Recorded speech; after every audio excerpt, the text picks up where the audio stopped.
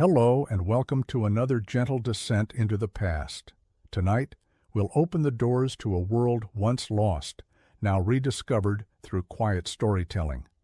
Perhaps you're lying still beneath the covers or letting the last hours of the day melt away. Either way, I'm honored to have you here. Let me know in the comments where you're tuning in from. Are we continents apart or just a few time zones away? Both listening as the stars come out. If you enjoy resting to soft-spoken tales and thoughtful history, be sure to subscribe. There's so much more to uncover together. Medieval castles were designed with a single brutal principle in mind: to make entering them as deadly as possible for any uninvited guest. Every stone was placed, every passage carved, and every room constructed with the express purpose of channeling attackers into carefully orchestrated traps where they would meet their doom. But the truly horrifying reality is that these death traps didn't just claim the lives of enemy soldiers. They were equally lethal to the very people who called them home. The medieval world was a place where death lurked around every corner, and nowhere was this more apparent than within the supposedly safe walls of a castle. From the moment you crossed the threshold, you entered a realm where a single misstep could send you plummeting to your death, where disease festered in the damp corridors, and where the very air you breathed could carry the seeds of your destruction.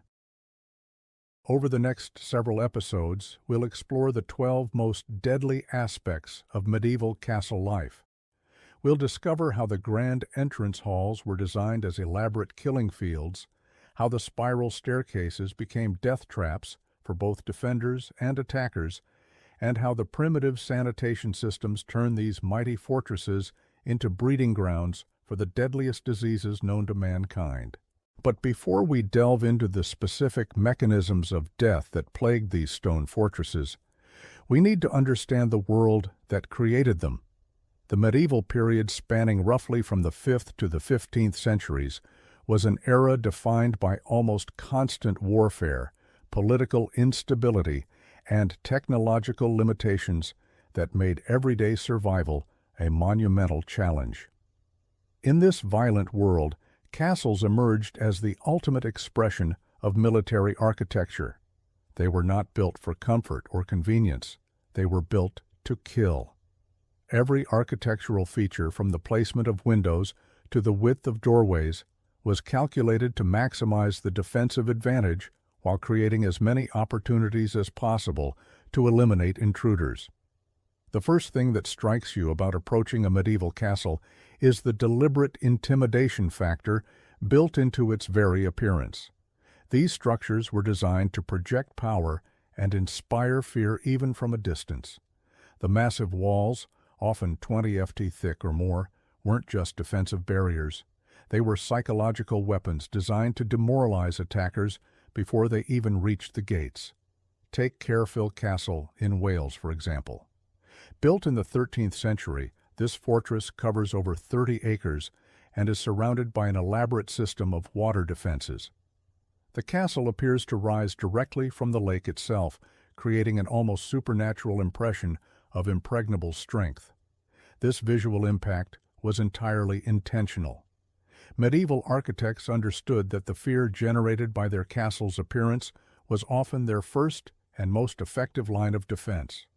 But the psychological warfare began long before you reached the castle walls. The approach to any well-designed medieval fortress was a carefully choreographed journey through increasingly dangerous terrain. Roads leading to castles were deliberately constructed to force visitors into vulnerable positions, winding through marshes, along narrow causeways, or up steep hillsides where defenders could rain down death from above. The outer defenses of a castle were designed as a series of concentric death traps, each more sophisticated than the last. Beyond the main walls lay the outer ward, a deceptively open space that was actually a carefully prepared killing ground. Here, attackers would find themselves trapped between the outer palisade and the main castle walls, exposed to crossfire from multiple directions with no cover and no escape route. Medieval engineers were masters of what we might now call psychological manipulation through architecture. They understood that fear and confusion were their greatest allies in defending a castle. The layout of these fortresses was deliberately maze-like, designed to disorient and separate attacking forces while channeling them into predetermined killing zones. Consider the entrance to a typical 13th century castle. You might think that the main gate would be the most heavily fortified point, and you'd be correct. But not in the way you might expect. The gatehouse wasn't just a barrier to keep people out. It was an elaborate trap designed to capture and methodically eliminate anyone who managed to breach the outer defenses. The standard castle gatehouse was actually a complex multi-story structure that could house dozens of defenders. These weren't simple doorways with heavy doors. They were sophisticated military installations equipped with multiple layers of defensive systems. A typical gatehouse might feature a drawbridge over a water-filled moat, followed by a portcullis, a heavy iron grating that could be dropped to trap attackers. Then another drawbridge over a dry moat or pit, followed by massive wooden doors reinforced with iron, and finally another portcullis. But the real genius of castle defense lay not just in these obvious barriers, but in the killing zones created between them. Imagine you're part of an attacking force that has somehow managed to lower the first drawbridge and raise the first portcullis. You rush forward into what appears to be the entrance passage, only to find yourself trapped in a narrow corridor with walls rising 30 ft on either side. Above you, defenders peer down through murder holes, openings in the ceiling through which they can drop boiling oil, molten lead, or simply large stones onto your head.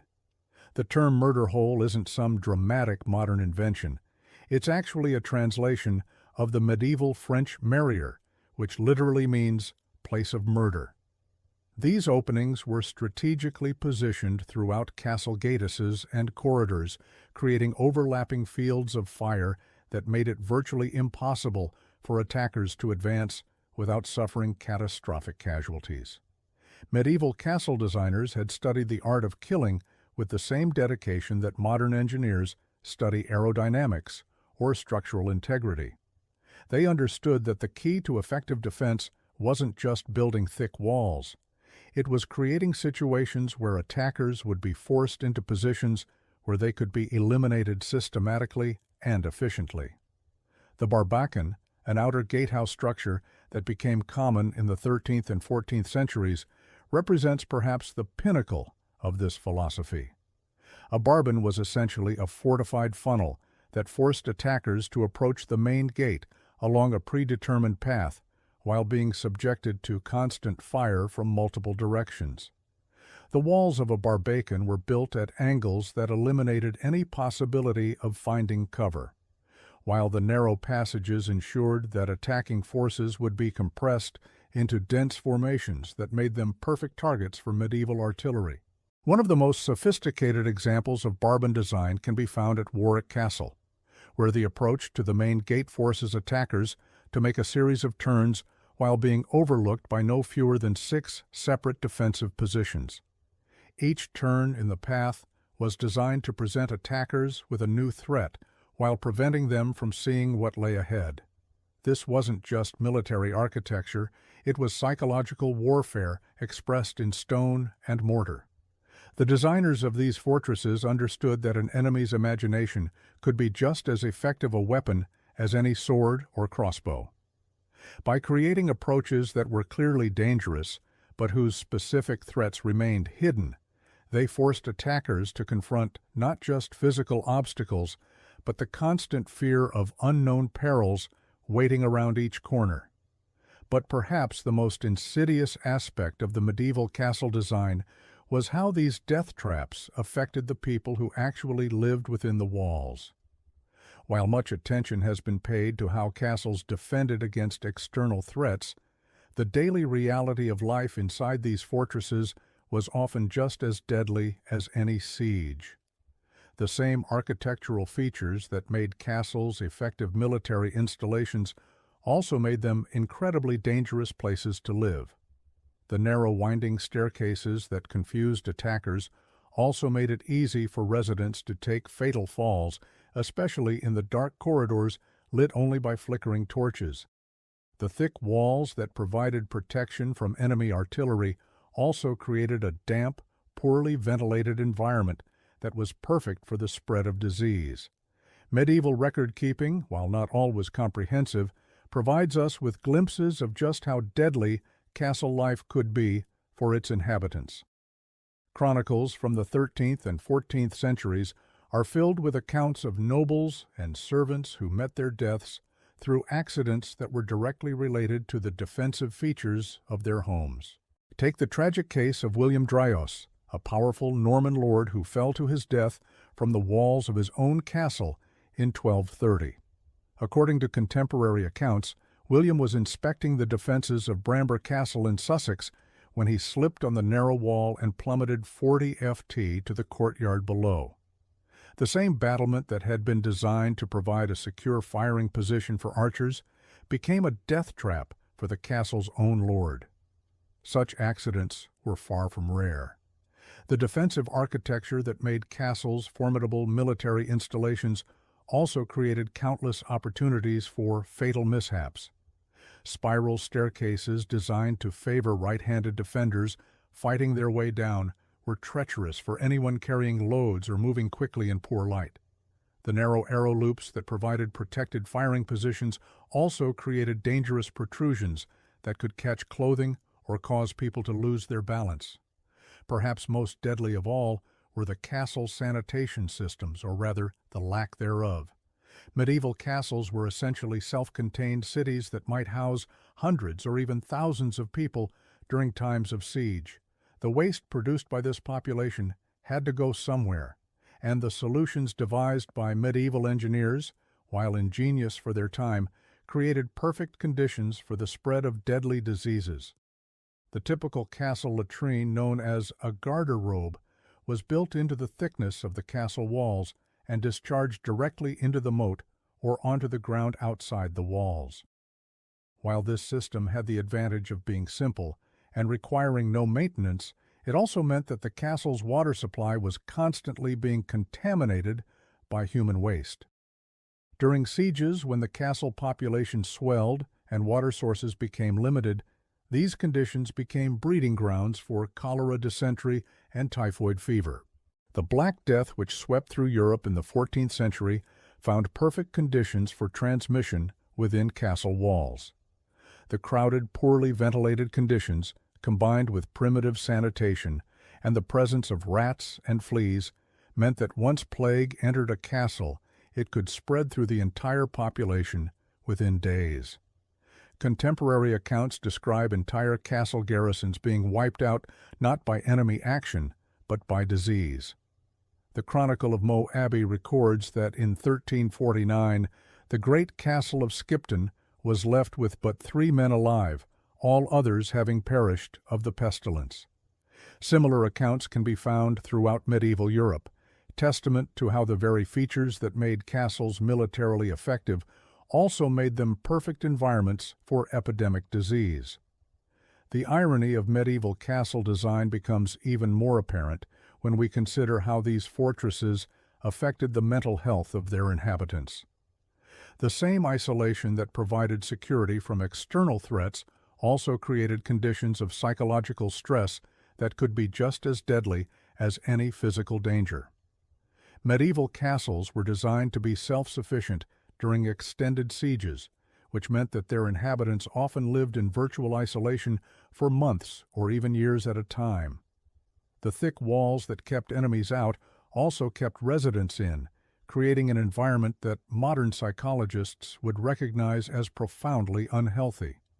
The limited natural light that filtered through the narrow arrow slits, combined with the constant dampness and poor air circulation, created conditions that we now know contribute to depression and other mental health disorders.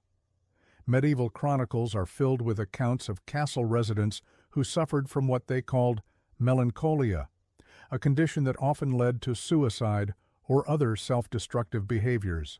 The case of Isabella de Fortibus, Countess of Devon and Lady of the Isle of Wight, provides a particularly poignant example of how castle life could affect mental health.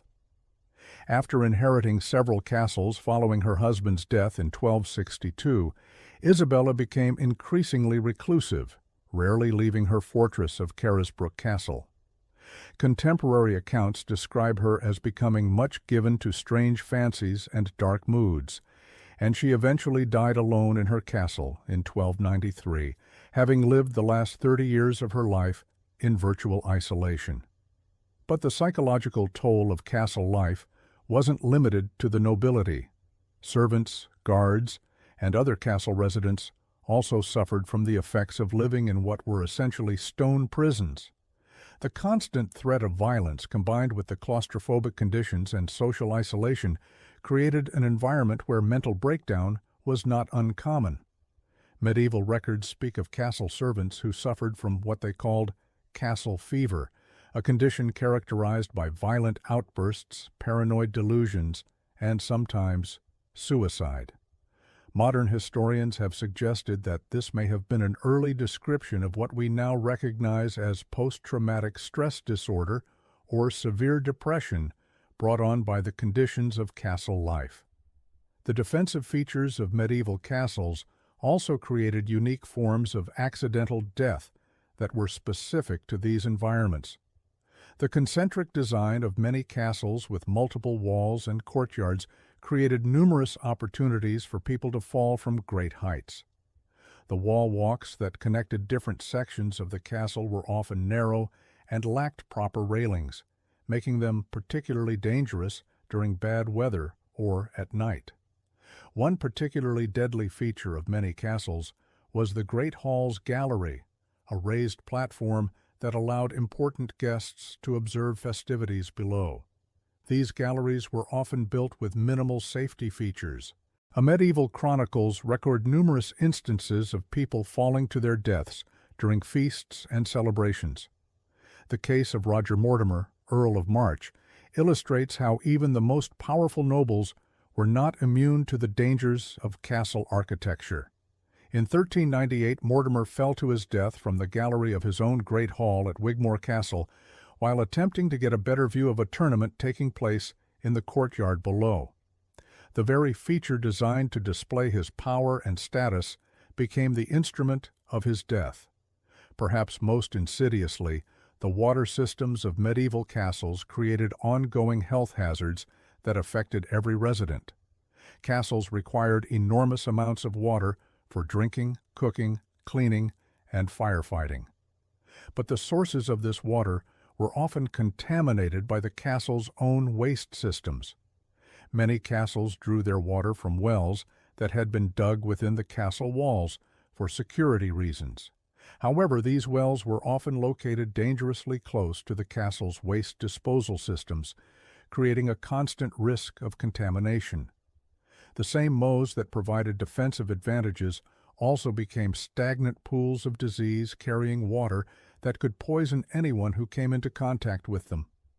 The Castle of Caerphilly, mentioned earlier for its impressive water defenses, provides a perfect example of how defensive water features could become health hazards.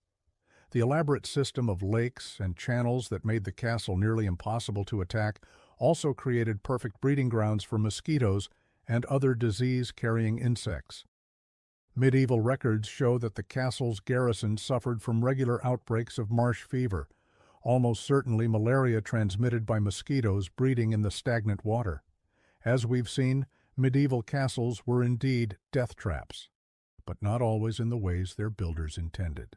While these fortresses were certainly effective at keeping enemies out, they were equally effective at trapping their own inhabitants in environments that were hostile to human health and safety.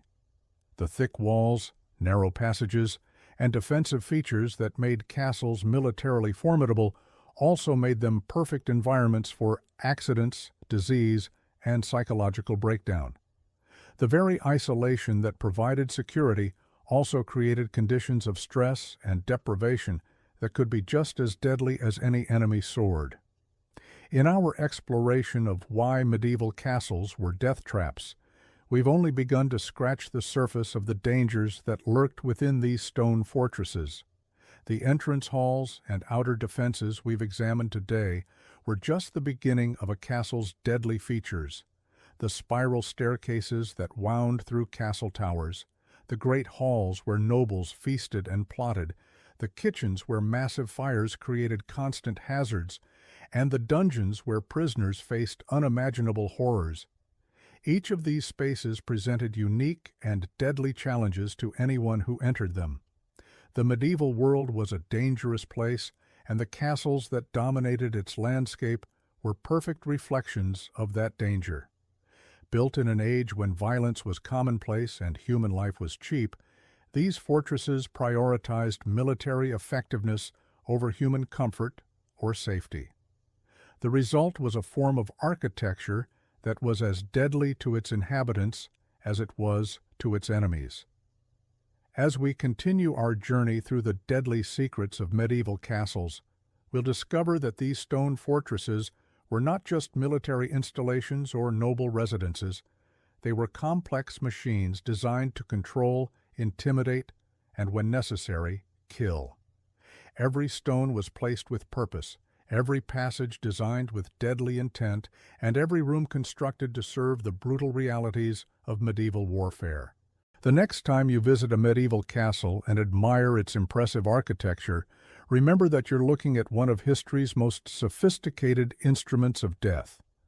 Behind every beautiful arch and imposing tower lies a dark history of violence, disease, and accidental death that claimed countless lives over the centuries. These fortresses stood guard over the medieval world. Looking at your script summary and the reference materials, I'll continue part 2 of why medieval castles were death traps with the engaging narrative style established in your work. Here's the continuation. But the architectural nightmares of medieval castles extended far beyond their defensive features. The very materials used in their construction harbored their own deadly secrets. The mortar binding those massive stone blocks together was often mixed with whatever materials were readily available. Lime, sand, and water formed the basic recipe, but desperate builders frequently added organic matter, like animal hair, blood, or even human waste, to strengthen the mixture. Over time, this organic material would decay, creating pockets of weakness that could cause entire sections of wall to crumble without warning. The stones themselves told their own grim tale. Quarried from local sources, they were often of inconsistent quality. Some were porous and absorbed moisture like sponges, expanding and contracting with the seasons until they cracked and split. Others contained iron deposits that would rust over time, staining the walls with streaks of red that looked disturbingly like dried blood.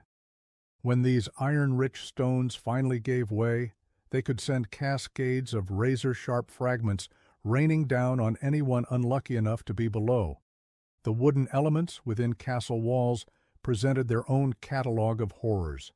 Massive oak beams, some weighing several tons, were held in place by a primitive joinery techniques and iron fittings that corroded over time. When these supports failed, they didn't fail quietly.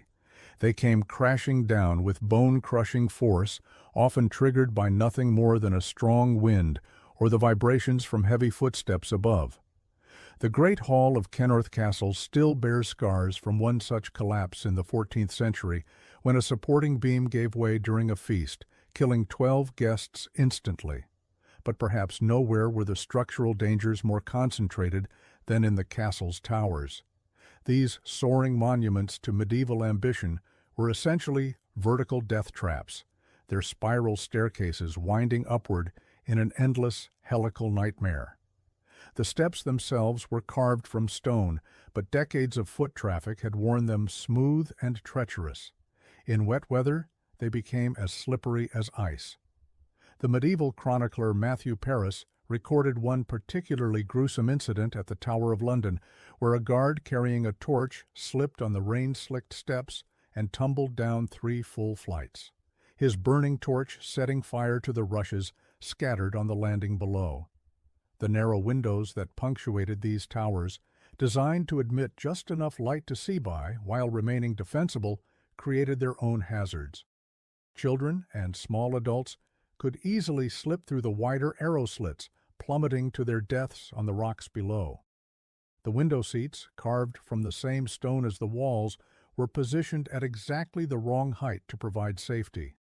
Too low to serve as proper barriers, too high to step over easily, they became stumbling blocks that sent countless castle residents tumbling backward into empty air. Even the castle's water systems, essential for survival during sieges, harbored deadly secrets.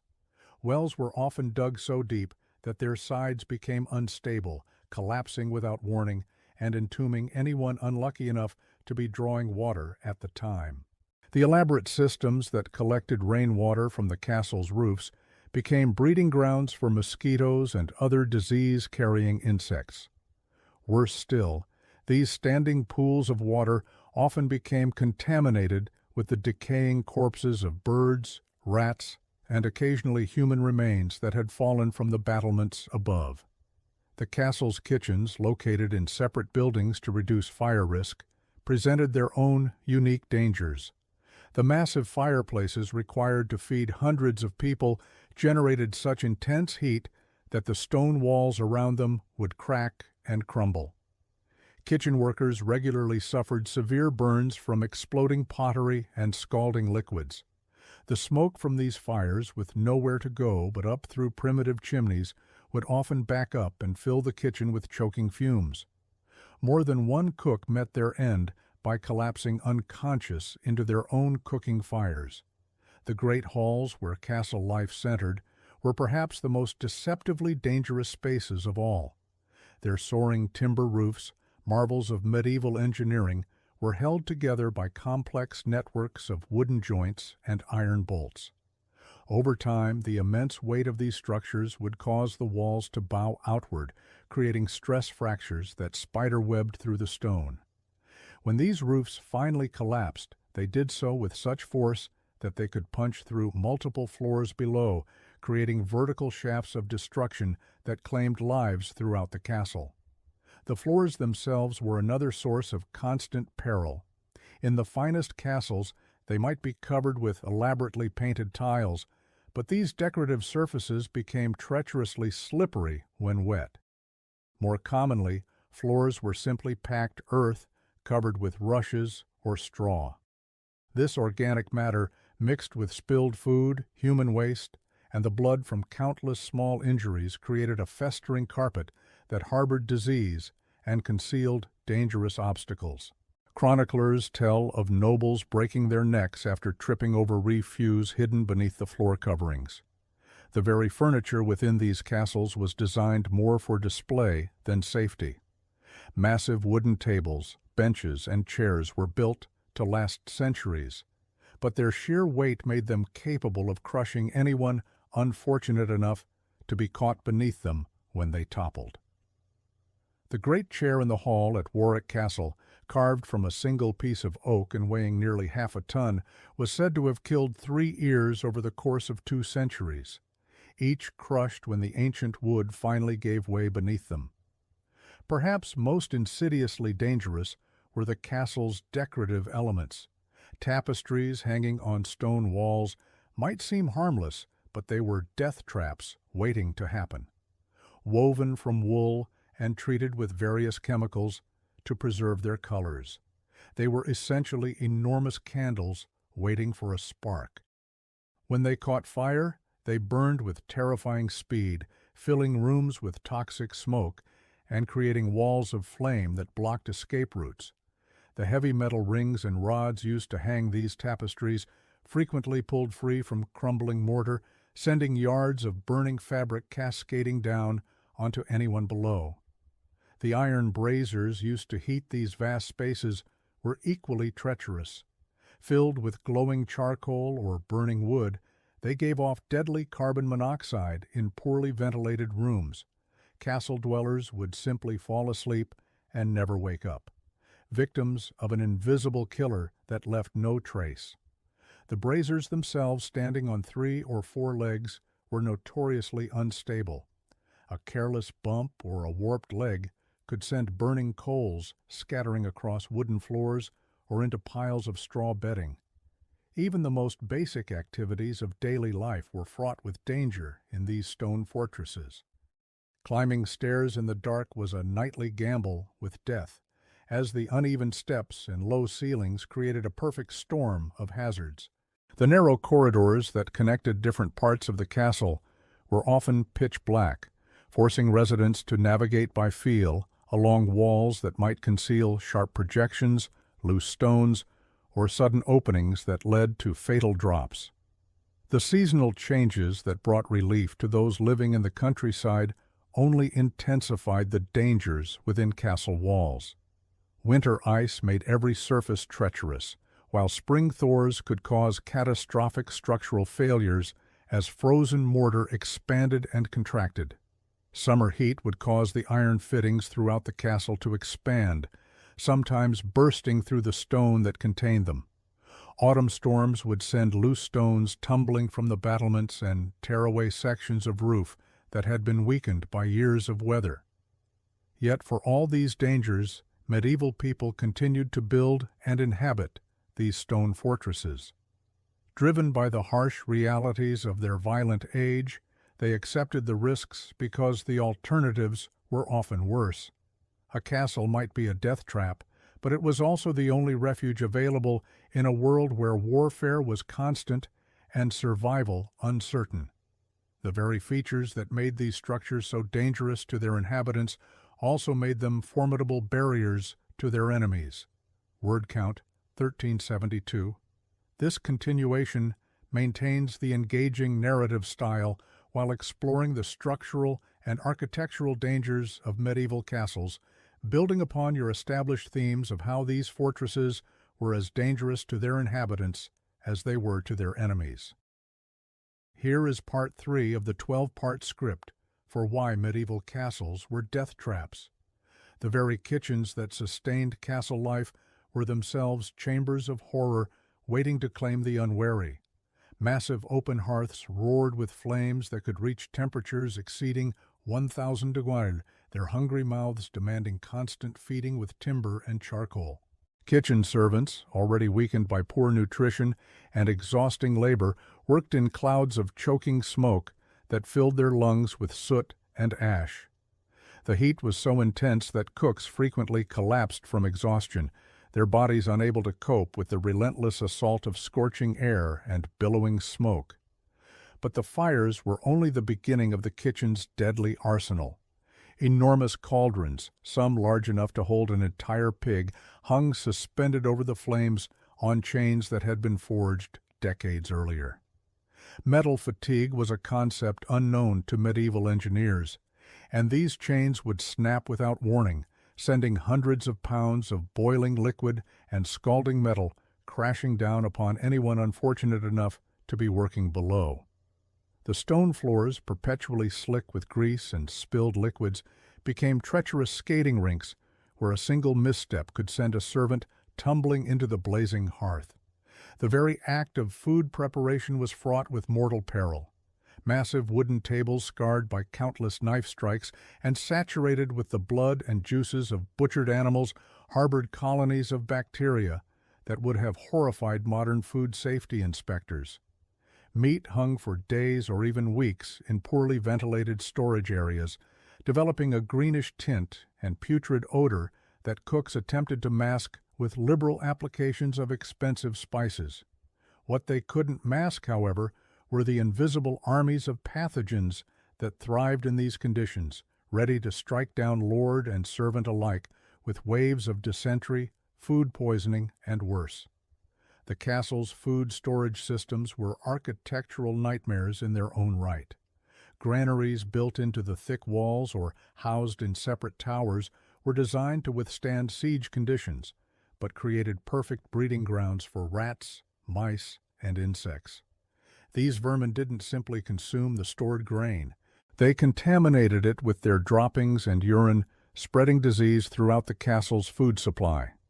The grain itself, stored in conditions of perpetual dampness, frequently developed deadly molds that produced toxins capable of causing hallucinations, convulsions, and death.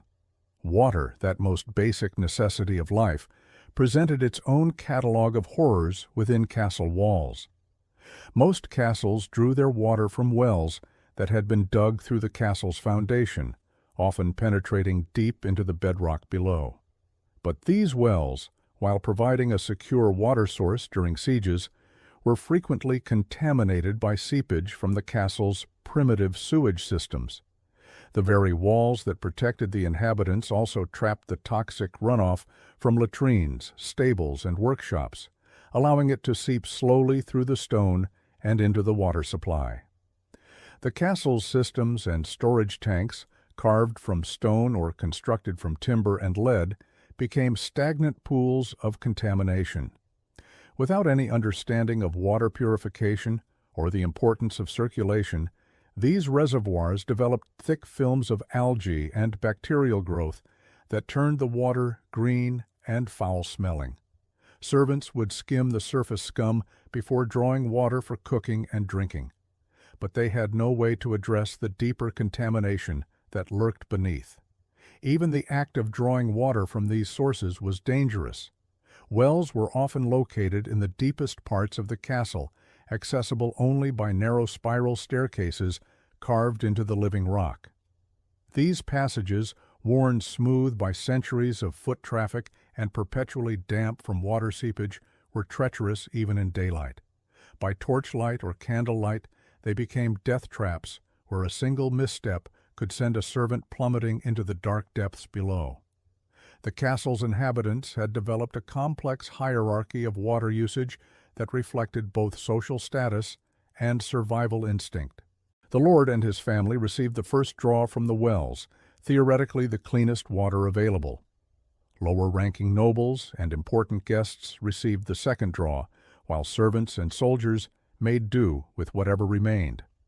By the time the water reached the lowest levels of castle society, it was often little more than a murky, foul-tasting liquid that bore only a passing resemblance to actual water.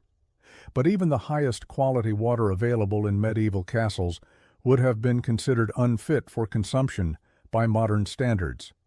The complete absence of any filtration or purification systems meant that every drop was potentially contaminated with bacteria, parasites, and other pathogens. Waterborne diseases swept through castle populations with devastating regularity, claiming victims regardless of their social standing or position within the castle hierarchy. The sleeping quarters, those spaces where castle inhabitants sought rest and recovery from their daily struggles, were themselves sources of constant peril. The great chambers of the nobility, while spacious by medieval standards, were heated by massive fireplaces that consumed enormous quantities of wood and produced equally enormous quantities of smoke and toxic fumes. The chimneys, architectural marvels for their time, were frequently poorly designed and inadequately maintained, allowing smoke and carbon monoxide to back up into the living spaces. Beds, those symbols of comfort and luxury, were in reality elaborate death traps, waiting to claim the unwary. The massive four-poster beds, favored by the nobility, were constructed from heavy timber beams that had been inadequately seasoned and were prone to splitting and collapse. The wooden joints, held together by primitive iron fittings and wooden pegs, would work loose over time, creating instability that could send the entire structure crashing down on its occupants. The heavy curtains that surrounded these beds, designed to provide privacy and warmth, also created perfect conditions for fires to start and spread undetected. The mattresses themselves were stuffed with straw, feathers, and other organic materials that provided ideal breeding grounds for insects, mites, and other parasites. Bedbugs, fleas, and lice were constant companions for castle inhabitants, regardless of their social status. These parasites didn't simply cause discomfort. They served as vectors for serious diseases including typhus, plague, and a host of other potentially fatal conditions. Even the act of sleeping became a calculated risk in medieval castles. The combination of poor ventilation, toxic fumes from heating systems, and the presence of numerous parasites meant that many castle inhabitants never experienced truly restful sleep. Chronic sleep deprivation weakened immune systems and made individuals more susceptible to the various diseases and ailments that plagued castle life. The castle's workshops and craft areas, essential for maintaining the complex infrastructure of medieval fortress life, were perhaps the most dangerous spaces of all. Blacksmith shops located within the castle walls for security reasons filled entire sections of the structure with choking smoke, toxic fumes, and the constant risk of fire. The forges, burning at temperatures that could melt iron, created heat so intense that it could ignite wooden beams and thatch roofing from several feet away. Metalwork produced clouds of toxic vapors that contained lead, mercury, and other heavy metals that slowly poisoned anyone who breathed them regularly. Blacksmiths and their apprentices frequently suffered from what we now recognize as heavy metal poisoning, developing tremors, mental confusion, and eventually death from the cumulative effects of their toxic work environment. The constant hammering and metalworking created noise levels that would have exceeded modern workplace safety standards by enormous margins. This perpetual cacophony didn't simply cause hearing loss. It created stress and anxiety that weakened the immune systems of everyone within the castle walls. The combination of toxic fumes, extreme heat, deafening noise, and dangerous equipment made the workshop some of the most hazardous environments in an already perilous world. Carpentry shops, essential for maintaining the wooden infrastructure of castle life, presented their own catalog of dangers. The tools available to medieval craftsmen were crude by modern standards, lacking the safety features and precision engineering that we take for granted today. Hand saws with irregular teeth, axes with loose heads, and chisels with damaged handles were common tools that frequently caused serious injuries or death. The wood itself was often green or poorly seasoned, making it unpredictable to work with and prone to splitting or splintering without warning. Sawdust and wood shavings created fire hazards throughout the workshop areas, and the primitive ventilation systems did little to remove these combustible materials from the air. A single spark from a torch or candle could ignite an entire workshop, and the resulting fire could easily spread throughout the wooden portions of the castle structure. Storage areas within castles were architectural minefields that claimed victims on a regular basis. Armories packed with weapons and armor were poorly organized and inadequately secured. Heavy weapons would shift and fall without warning, crushing anyone unfortunate enough to be beneath them. Swords and other bladed weapons were often stored in unstable racks that could collapse, sending sharp metal flying in all directions. The armor storage areas were particularly treacherous, filled with suits of mail and plate that weighed hundreds of pounds each. These massive pieces of equipment were hung on wooden pegs and iron hooks that were frequently inadequate for the weight they were expected to support. When these storage systems failed, they created avalanches of metal that could kill or seriously injure anyone in their path. Food storage areas, as we've already discussed, were breeding grounds for vermin and disease, but they also presented physical dangers that were equally severe. Enormous barrels of wine, ale, and other liquids were stacked in precarious towers that could topple without warning. Grain sacks, some weighing several hundred lb each, were piled to dangerous heights in storage chambers with inadequate structural support. The very architecture of these storage areas worked against the safety of those who used them.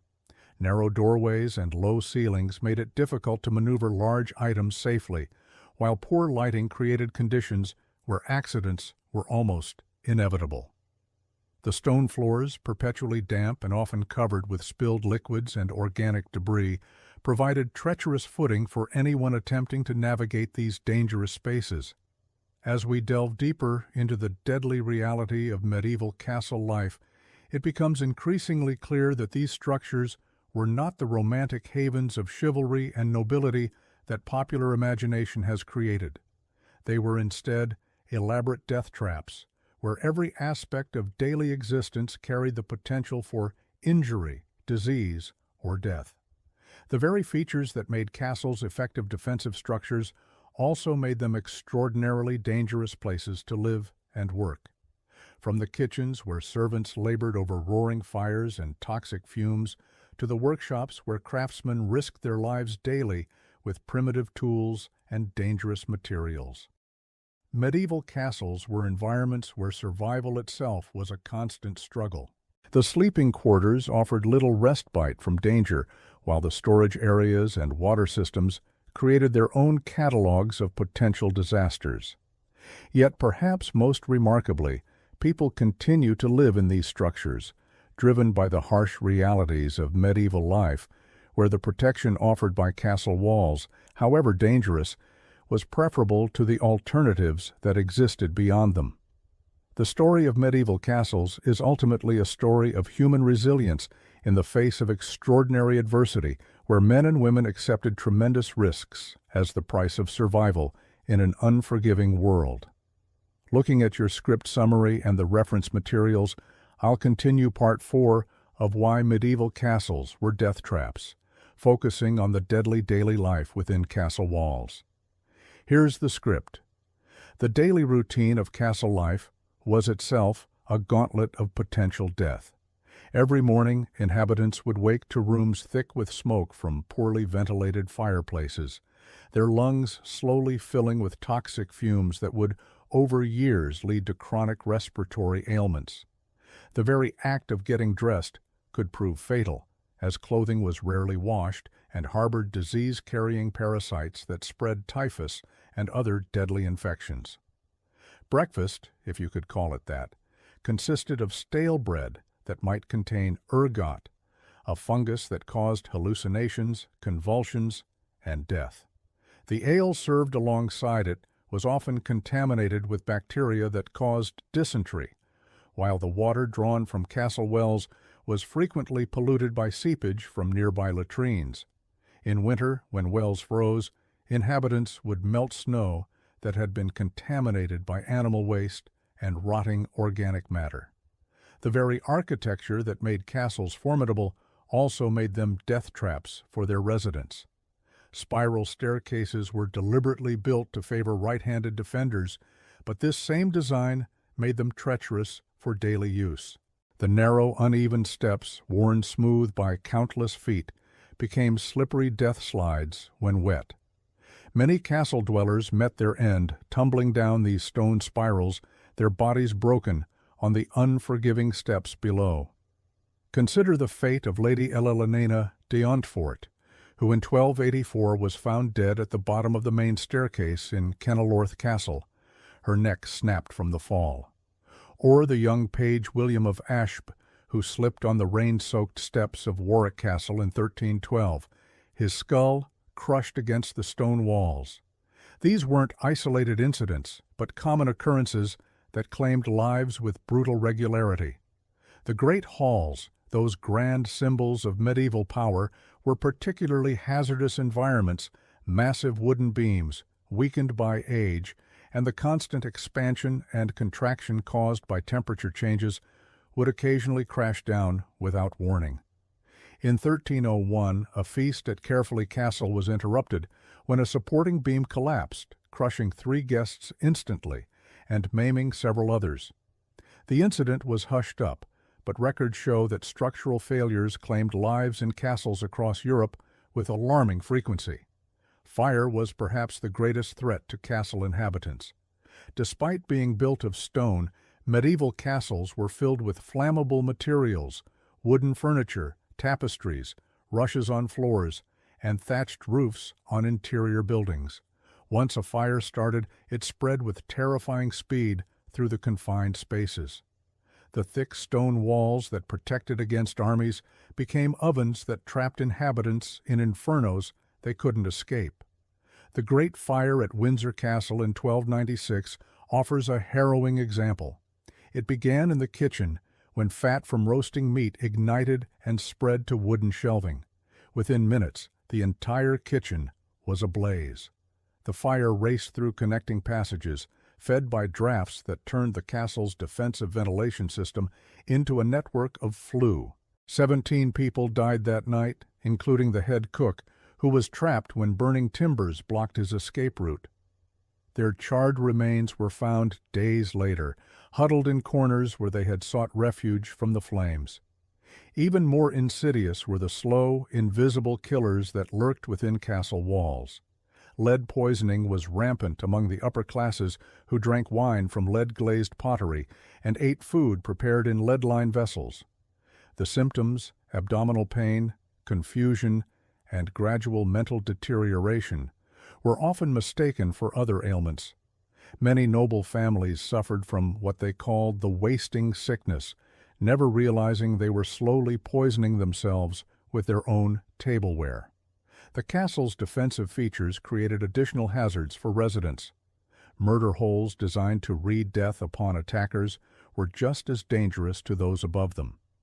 Castle records from Conway show that in 1295, a guard named Thomas the Fletcher fell through a murder hole while on duty, plummeting 30 ft to his death on the stone floor below.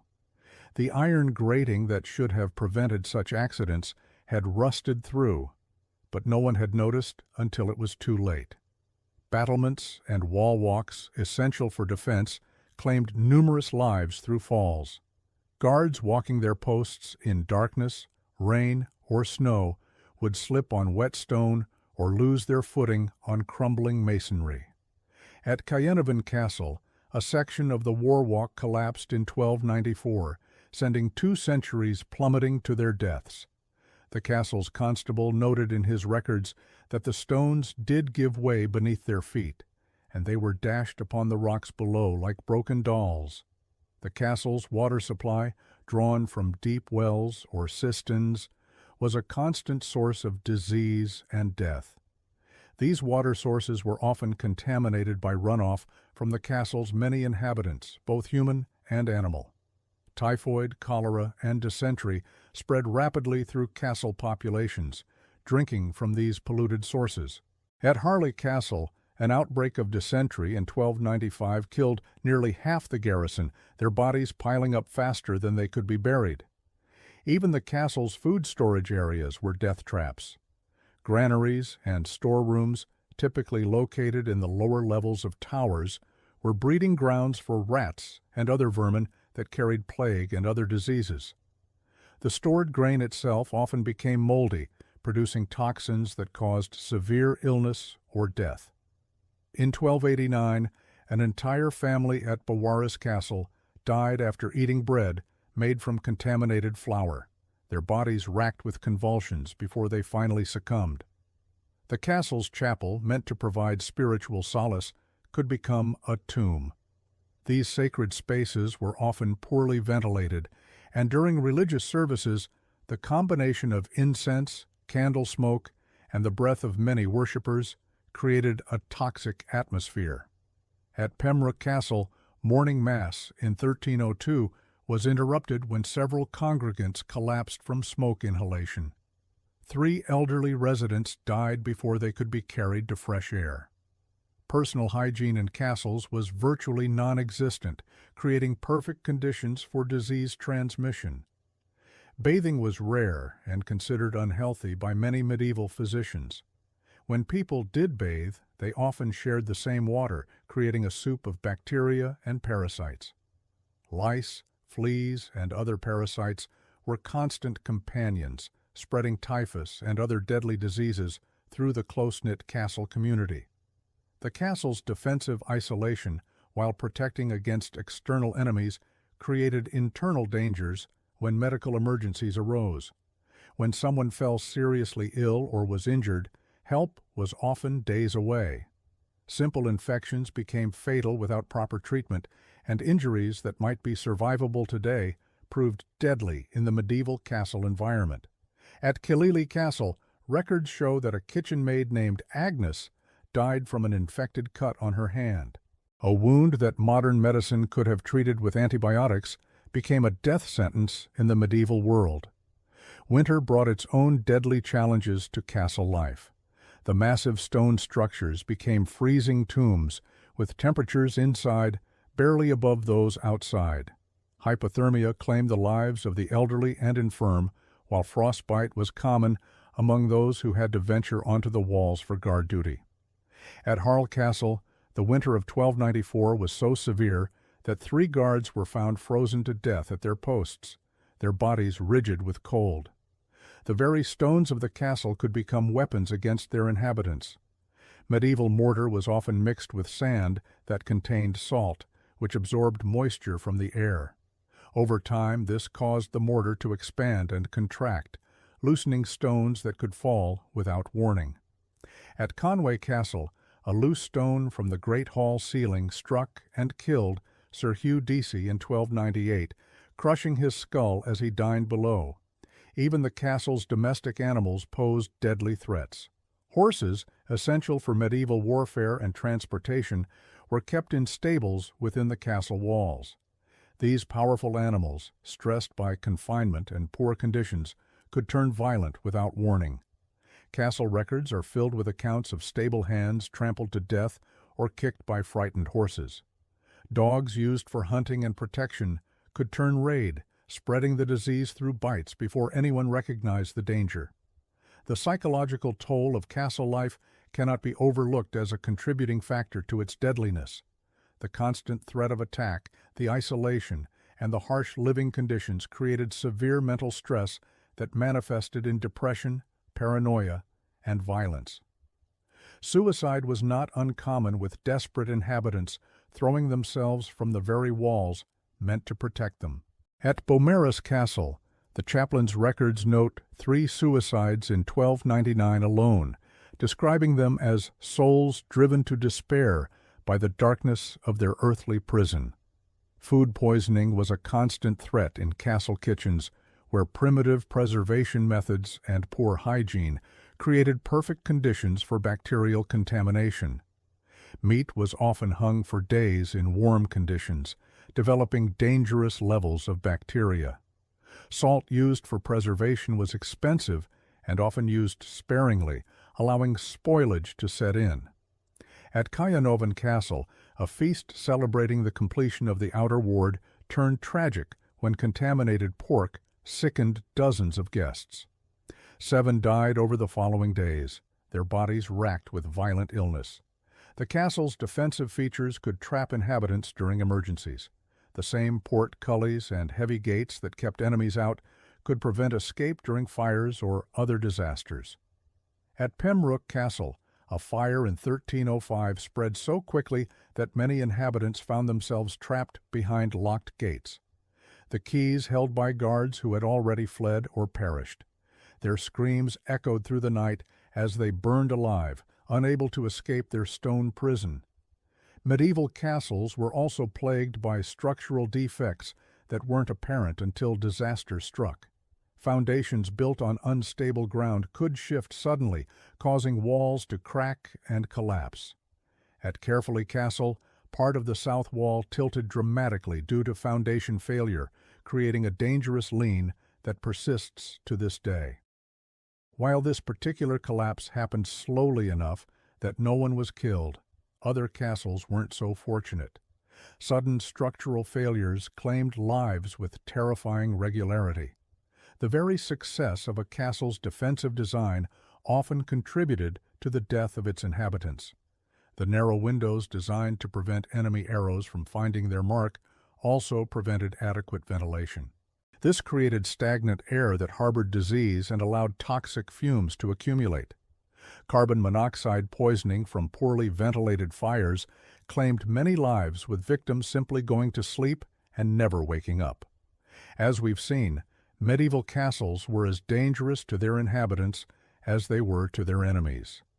Every aspect of daily life, from the food they ate to the air they breathed, posed deadly threats. The very features that made these structures impregnable fortresses also made them death traps for those who called them home. In the next part of our series, we'll explore how the social hierarchy within castle walls created additional layers of danger, where political intrigue and personal vendettas turned trusted allies into deadly enemies, making survival as much about navigating human threats as physical ones. Medieval castles, death traps, hidden in plain sight. The dungeons weren't the deadliest part of a medieval castle. In fact, the most dangerous places were the ones where people lived, worked, and tried to survive every single day. These towering symbols of power and protection were architectural nightmares waiting to claim their next victim. And the threats came from places you'd never expect. Consider the fate of Geoffrey de Montfort, a respected knight who met his end not in glorious battle, but tumbling down a castle's treacherous spiral staircase in the dead of night. His story wasn't unique. Castle records from across Europe tell of countless souls who perished within walls meant to protect them, victims of the very structures they called home. The medieval castle's design philosophy was brutally simple: keep enemies out at any cost. But this single-minded focus on defense created a web of internal hazards that made daily life a constant gamble with death. From the moment you step through the gatehouse to the highest tower chamber, every element of castle architecture harbored potential doom. Take the spiral staircases that connected the various levels. These weren't just difficult to navigate in heavy armor or flowing robes. They were death traps waiting to spring, built narrow and steep to slow advancing enemies. They became slick with moisture, treacherous with wear, and utterly unforgiving in the dark. Castle inhabitants carried no modern lighting, just flickering candles or oil lamps that cast dancing shadows and created blind spots where a single misstep meant a fatal fall. The stairs themselves told a story of calculated lethality. Most spiraled clockwise, a deliberate choice that favored right-handed defenders, swinging swords downward while hampering attackers climbing up. But this same design made them awkward for daily use. Servants carrying heavy loads, nobles in elaborate dress, and anyone moving quickly faced the constant threat of catching a foot, losing balance, or simply misjudging a step in the dim light. But the staircases were just the beginning. The very walls that promised protection were slowly collapsing from within. Medieval mortar made from lime, sand, and water began deteriorating the moment it dried. Without modern chemical stabilizers, these bindings cracked and crumbled under the weight of massive stone blocks. Castle walls developed what masons called stone sickness, a progressive weakening that could cause entire sections to collapse without warning. The chronicles of Chateau d'Ussy tell of a horrific night in 1386 when a section of the Great Hall's wall simply gave way during a feast. 23 nobles and servants were crushed instantly, their bodies buried under tons of dressed stone.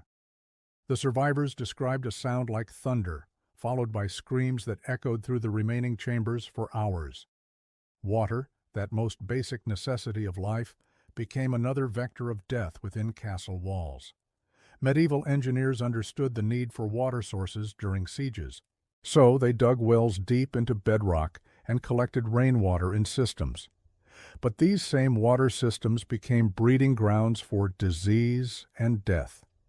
Castle wells frequently became contaminated with runoff from stables, kitchens, and worse, the primitive latrines that emptied near water sources.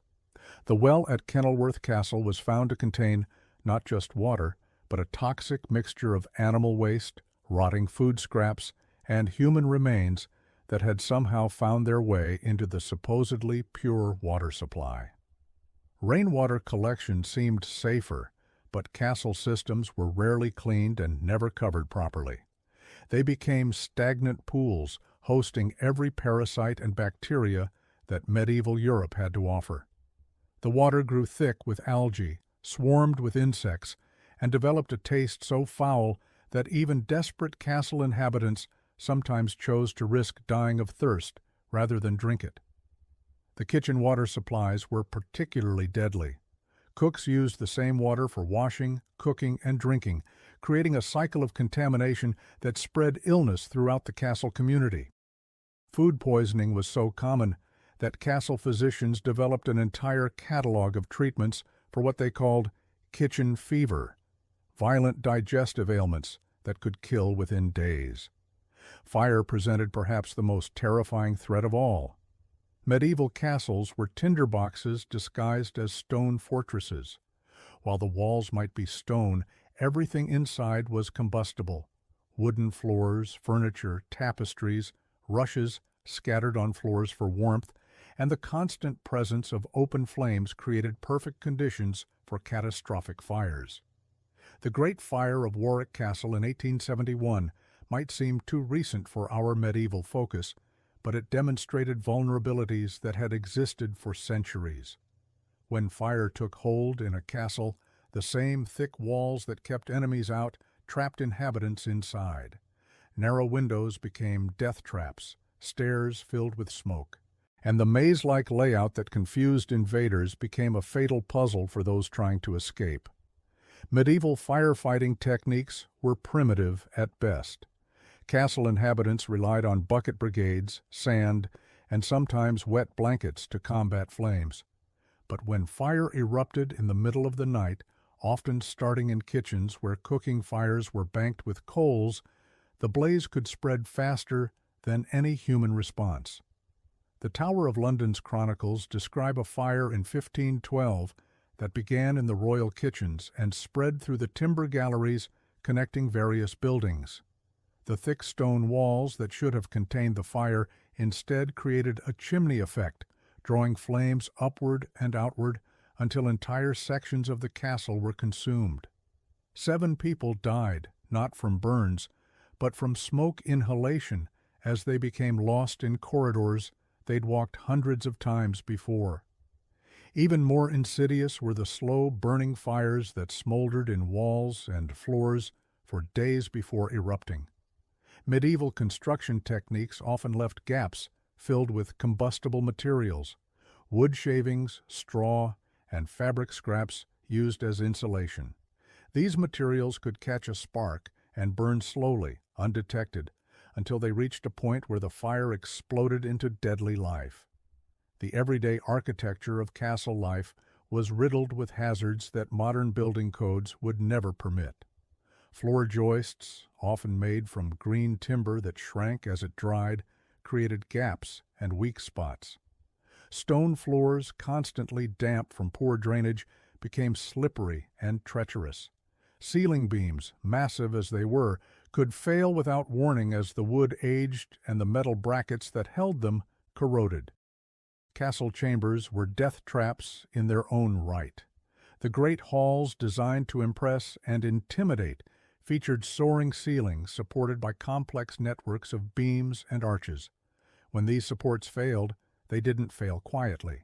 The collapse of Westminster Hall's roof in 1291 killed 12 people and injured dozens more, their bodies crushed under timber beams that had seemed solid just moments before. Private chambers presented different but equally deadly hazards. Fireplaces, essential for heat and light, were poorly ventilated and often leaked deadly carbon monoxide into living spaces. The rich tapestries that decorated walls trapped smoke and toxic fumes, creating pockets of poisoned air that could kill sleeping occupants. Window openings, designed narrow to prevent enemy arrows, created their own dangers. People leaning out to empty chamber pots, observe courtyard activities, or simply get fresh air regularly fell to their deaths.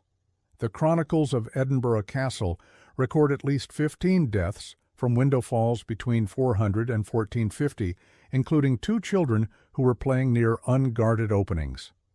The most tragic aspect of castle deaths was how preventable many of them were. But medieval priorities didn't include safety regulations, building inspections, or maintenance standards. Castles were built to serve military functions, and human comfort, much less human safety, was a secondary consideration at best. Workers tasked with castle maintenance faced their own deadly challenges. Stonemasons working on repairs often labored without safety equipment on walls hundreds of feet above the ground. Carpenters replacing rotted beams worked in cramped spaces with heavy timbers and primitive tools. Kitchen staff dealt with massive cooking fires, boiling oil for defense, and primitive equipment that regularly caused severe burns and injuries. The irony wasn't lost on medieval chroniclers who noted that more castle inhabitants died from the castle itself than from enemy action. These fortresses, built at enormous cost in money and human life, were more dangerous to their residents than the wars they were designed to survive. Some castles developed reputations as particularly deadly. Chateau-Gaia, Richard the Lionheart's supposedly impregnable fortress, was known among soldiers as the Widowmaker, not for its military effectiveness, but for the number of inhabitants who died from structural failures, fires, and accidents. Even before enemy siege engines could batter its walls, Chateau-Gaia was claiming lives through the everyday hazards of medieval castle life. The psychological toll of living under constant threat of architectural death cannot be understated. Castle inhabitants developed elaborate superstitions and rituals designed to ward off structural disasters. They blessed doorways, avoided certain staircases during storms, and carried charms meant to protect against falling stones. These weren't just medieval quirks. They were rational responses to genuine daily threats. As we've seen, medieval castles were masterpieces of defensive architecture, but they were also death traps that claimed countless lives through structural failures, environmental hazards, and the inevitable consequences of prioritizing military function over human safety. These magnificent fortresses, symbols of power and protection, were ultimately as dangerous to those who lived within their walls as they were to the enemies who dared assault them from without. The medieval castle stands as a monument to human ambition and ingenuity, but also as a stark reminder that even our greatest architectural achievements can become our most deadly environments when safety takes a backseat to other priorities. Looking at your previous script content and the reference materials, here's part 6 of your 12-part script about why medieval castles were death traps. The dangers lurking within medieval castle walls extended far beyond the obvious architectural hazards we've already explored. Hidden within the very stones and mortar of these fortifications were threats that claimed lives through means their builders never intended or anticipated. The elaborate defensive systems designed to keep enemies out often became elaborate traps for those living within. Consider the ingenious but deadly mechanism of the portcullis. This massive iron grating suspended by chains and counterweights above the main gateway served as the castle's primary barrier against invasion. When functioning properly, it could be lowered swiftly to seal off attackers. But these mechanisms were prone to catastrophic failure. The heavy iron gates weighed several tons, and the primitive rope and chain systems supporting them were under constant strain from weather, rust, and the simple passage of time. Historical records from Warwick Castle tell of a horrific incident in 1312 when the portcullis mechanism failed during a routine inspection. The massive gate plummeted without warning, crushing 2 guards who were examining the gateway below. The impact was so severe that their bodies were completely flattened, a grisly reminder that the castle's own defenses could turn deadly in an instant. Similar accidents occurred with alarming frequency across medieval Europe as castle inhabitants learned too late that their protective barriers were double-edged swords. The murder holes built into Castle Gatus presented another insidious threat to daily life. These openings in the ceiling, designed to allow defenders to rain down arrows, boiling oil, or stones upon attackers, created permanent weak points in the castle's structure.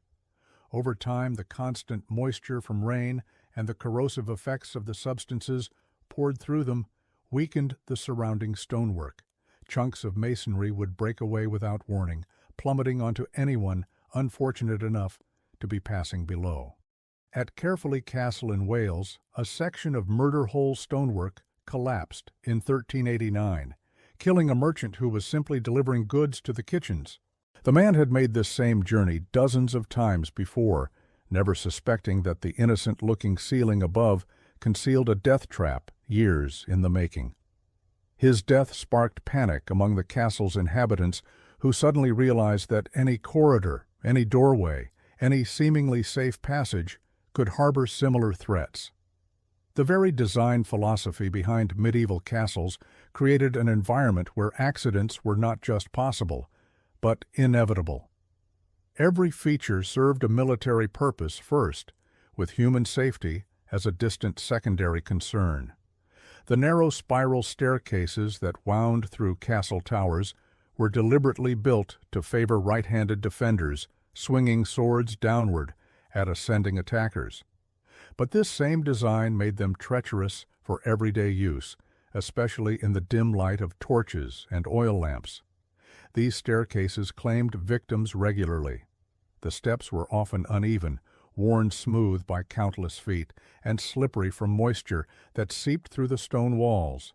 Servants carrying heavy loads, children at play, and elderly residents all fell prey to these deadly spirals. At Conway Castle, records show that no fewer than 7 people died in stairway accidents during a single harsh winter in 1294. Their bodies discovered only when the spring thaw allowed proper searches of the castle's remote corners. The windows of medieval castles, while providing necessary light and ventilation, were designed primarily as defensive positions for archers. They were narrow on the outside to prevent enemy arrows from finding their mark, but opened wide on the interior to give defenders room to maneuver their weapons. This created deep funnel-shaped openings that were essentially unguarded precipices within the castle walls. Children were particularly vulnerable to these window traps. The wide interior sills seemed like perfect places to sit and play, offering respite from the cramped living quarters. But one moment of carelessness, one slip or stumble, could send a child plummeting through the narrow opening to the ground far below. The pipe rolls of Henry II record payments for the burial of 3 children at K.F. Castle who died in such accidents during the winter of 1176. Even adults were not immune to the deadly allure of these windows. During celebrations or times of stress, when wine flowed freely and judgment became impaired, castle inhabitants sometimes mistook the deceptive interior space for actual safety. The wide sill could accommodate a person easily, but the narrow exterior opening provided no barrier against a fatal fall. Many a drunken knight or servant met their end this way, their bodies discovered the next morning in the courtyard below. The defensive features known as magiculations presented yet another threat to castle dwellers. These stone projections extending from the walls allowed defenders to drop objects directly onto attackers below. But like murder holes, they created structural vulnerabilities that worsened over time. The corbels supporting these overhangs were subjected to tremendous stress from wind, weather, and their own weight. When they failed catastrophically. At Château de Vincennes near Paris, an entire machicolation collapsed in 1367, taking with it a section of the castle wall and killing 5 people in the courtyard below. The stonework had shown no obvious signs of weakness before the collapse, leading to widespread fear among castle inhabitants about which defensive feature might fail next. This paranoia was not unfounded, as similar collapses occurred regularly throughout the medieval period. The integration of defensive systems into daily living spaces created a unique form of environmental hazard. Unlike modern buildings where safety features are designed to protect occupants, medieval castles prioritized military effectiveness over human welfare. This meant that residents lived in constant proximity to mechanisms and structures designed for warfare, not habitation. The great halls, seemingly the safest spaces within a castle, harbored their own hidden dangers.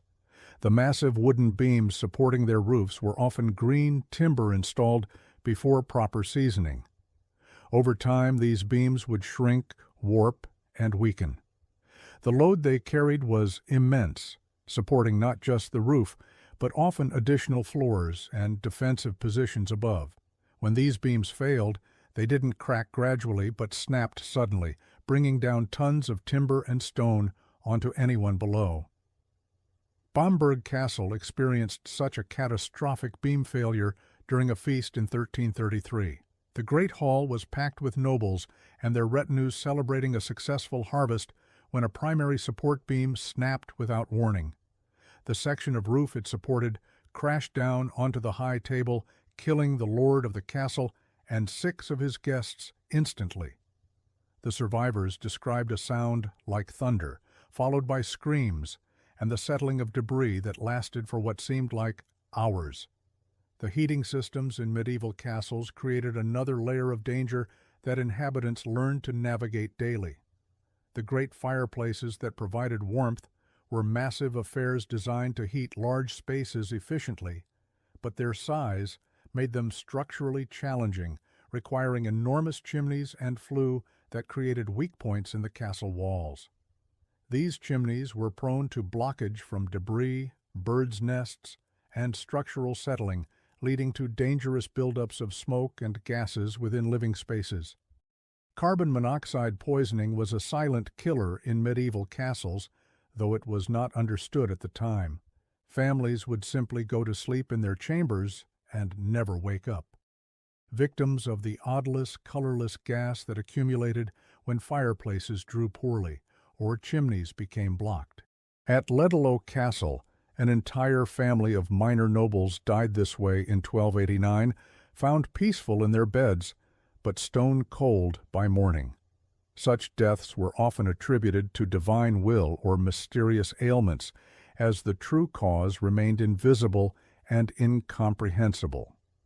The defensive ditches and moats surrounding castles created additional hazards for daily life.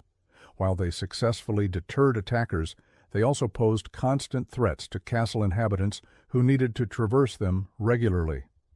Medieval moats were not the clean, water-filled barriers of romantic imagination, but often stagnant, sewage-contaminated trenches that bred disease and created treacherous footing.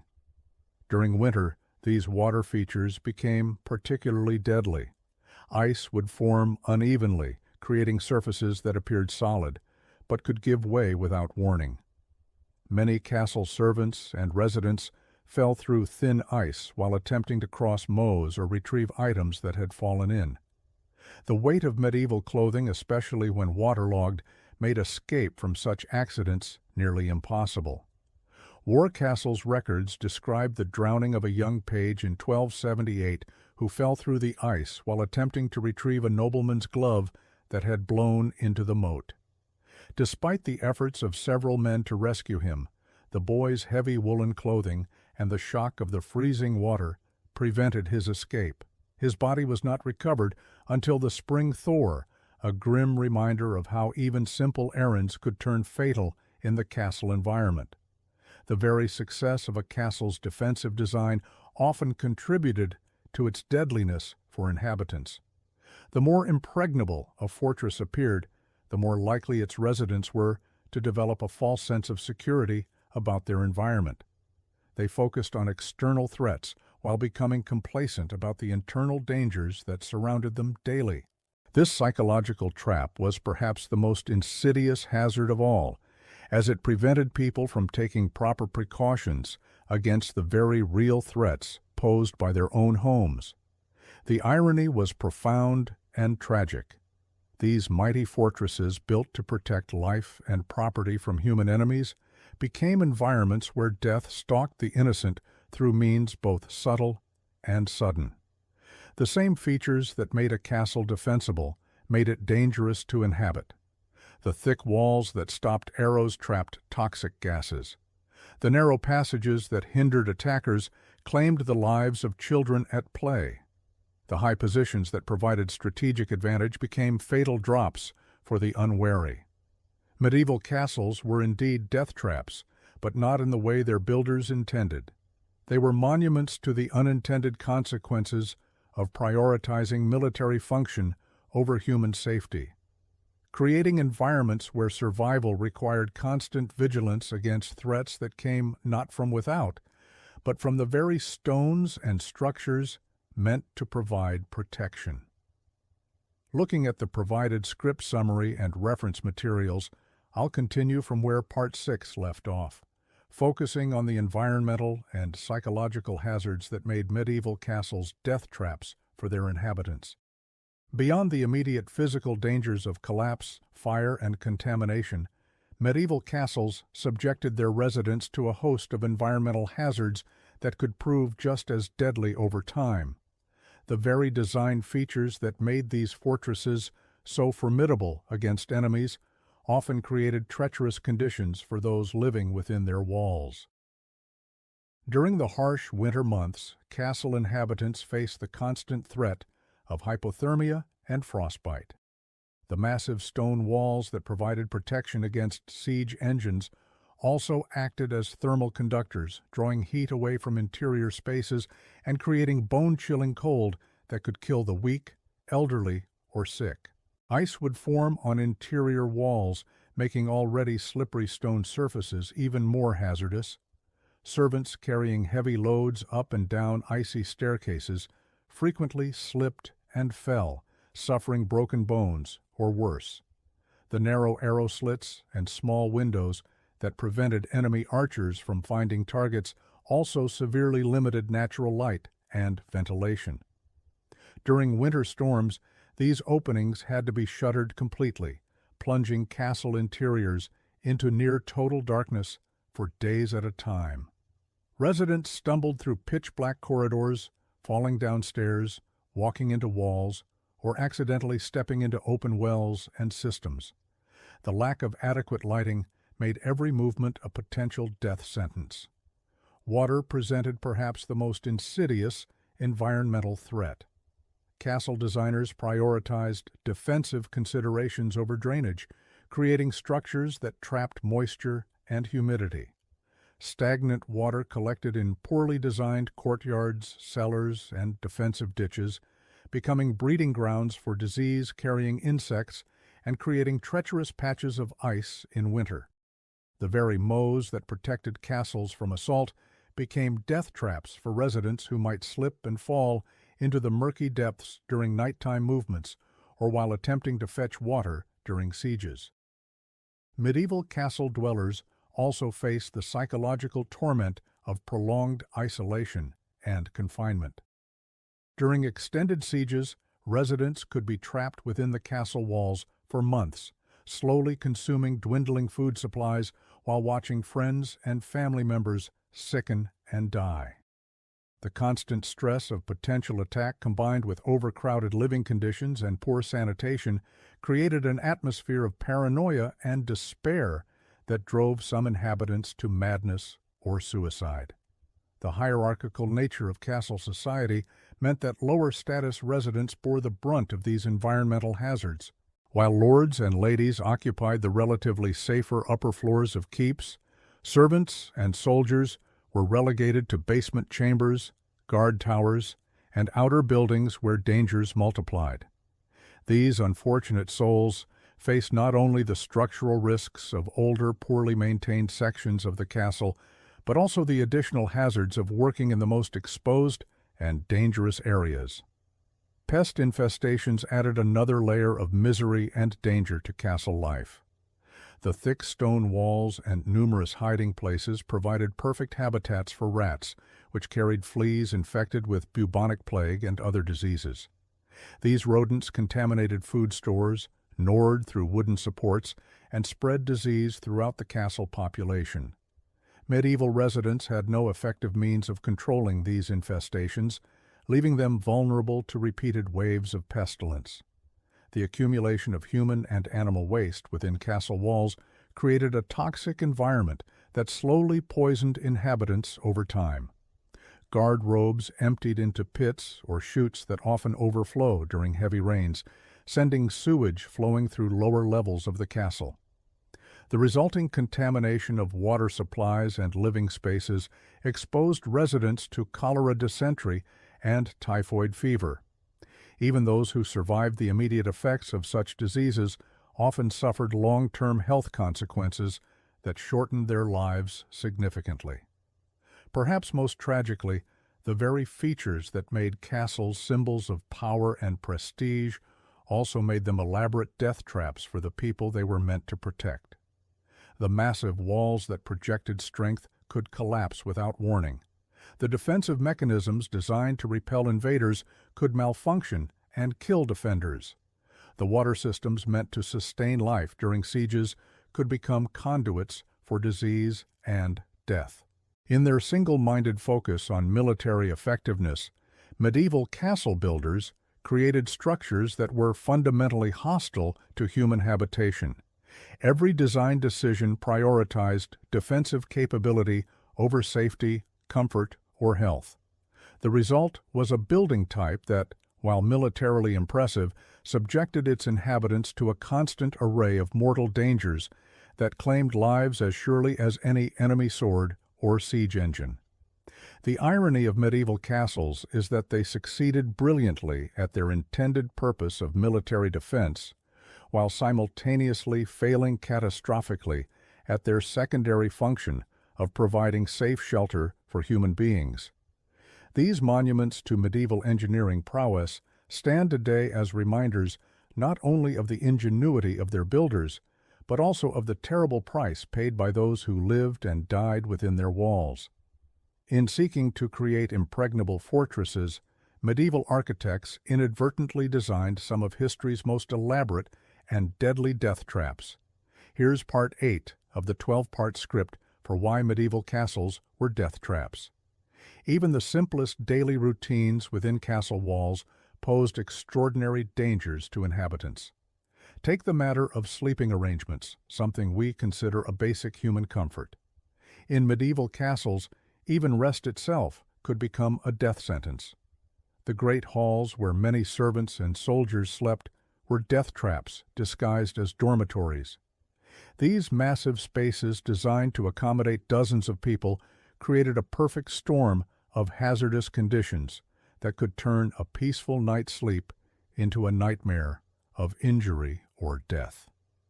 Picture sleeping shoulder to shoulder with 50 other souls on straw pallets scattered across cold stone floors. The communal sleeping arrangements meant that disease spread like wildfire through the ranks. When one person fell ill with plague, typhoid, or any number of medieval maladies, the entire hall became infected within days. The straw bedding, rarely changed and often crawling with vermin, harbored fleas and lice that carried deadly diseases from person to person. Many inhabitants would go to sleep healthy and wake up with the telltale signs of bubonic plague, or never wake up at all. The primitive heating systems posed their own lethal threats. Great hearths burned constantly to ward off the bitter cold. But these massive fires created invisible killers that claimed lives silently in the night. Carbon monoxide poisoning was rampant, but completely misunderstood. Castle dwellers would seal shutters and doors against winter winds, trapping deadly gases inside. Many would simply fail to wake up, their families believing they had died peacefully in their sleep, never knowing that invisible fumes had slowly suffocated them. Even more treacherous were the sleeping arrangements in the upper chambers of castle towers. Noble families and important guests were housed in these supposedly prestigious quarters, but they were essentially death traps suspended high above the ground. The circular stairs leading to these chambers were deliberately designed as defensive features, spiraling clockwise to disadvantage attacking swordsmen. However, this same design made them incredibly dangerous for daily use, especially in darkness. Imagine stumbling down these narrow, uneven stone steps in the middle of the night, perhaps after consuming wine at dinner or when nature called urgently. There were no handrails, no consistent step heights, and certainly no lighting. The steps were often worn smooth by centuries of use, becoming treacherously slippery when wet. A single misstep could send someone tumbling down 20 or 30 stone steps, breaking bones or necks in the process. Many castle inhabitants met their end this way, their bodies discovered crumpled at the bottom of tower stairs come morning. The private chambers themselves harbored hidden dangers that could strike without warning. Heavy wooden beams, constantly expanding and contracting with temperature changes and bearing enormous weight, would occasionally fail catastrophically. These massive oak timbers, some weighing several tons, could crash down without warning, crushing anyone unfortunate enough to be beneath them. The groaning and creaking of old wood was so common that inhabitants learned to ignore it, often missing the warning signs of imminent collapse. Window openings in sleeping chambers presented another deadly hazard.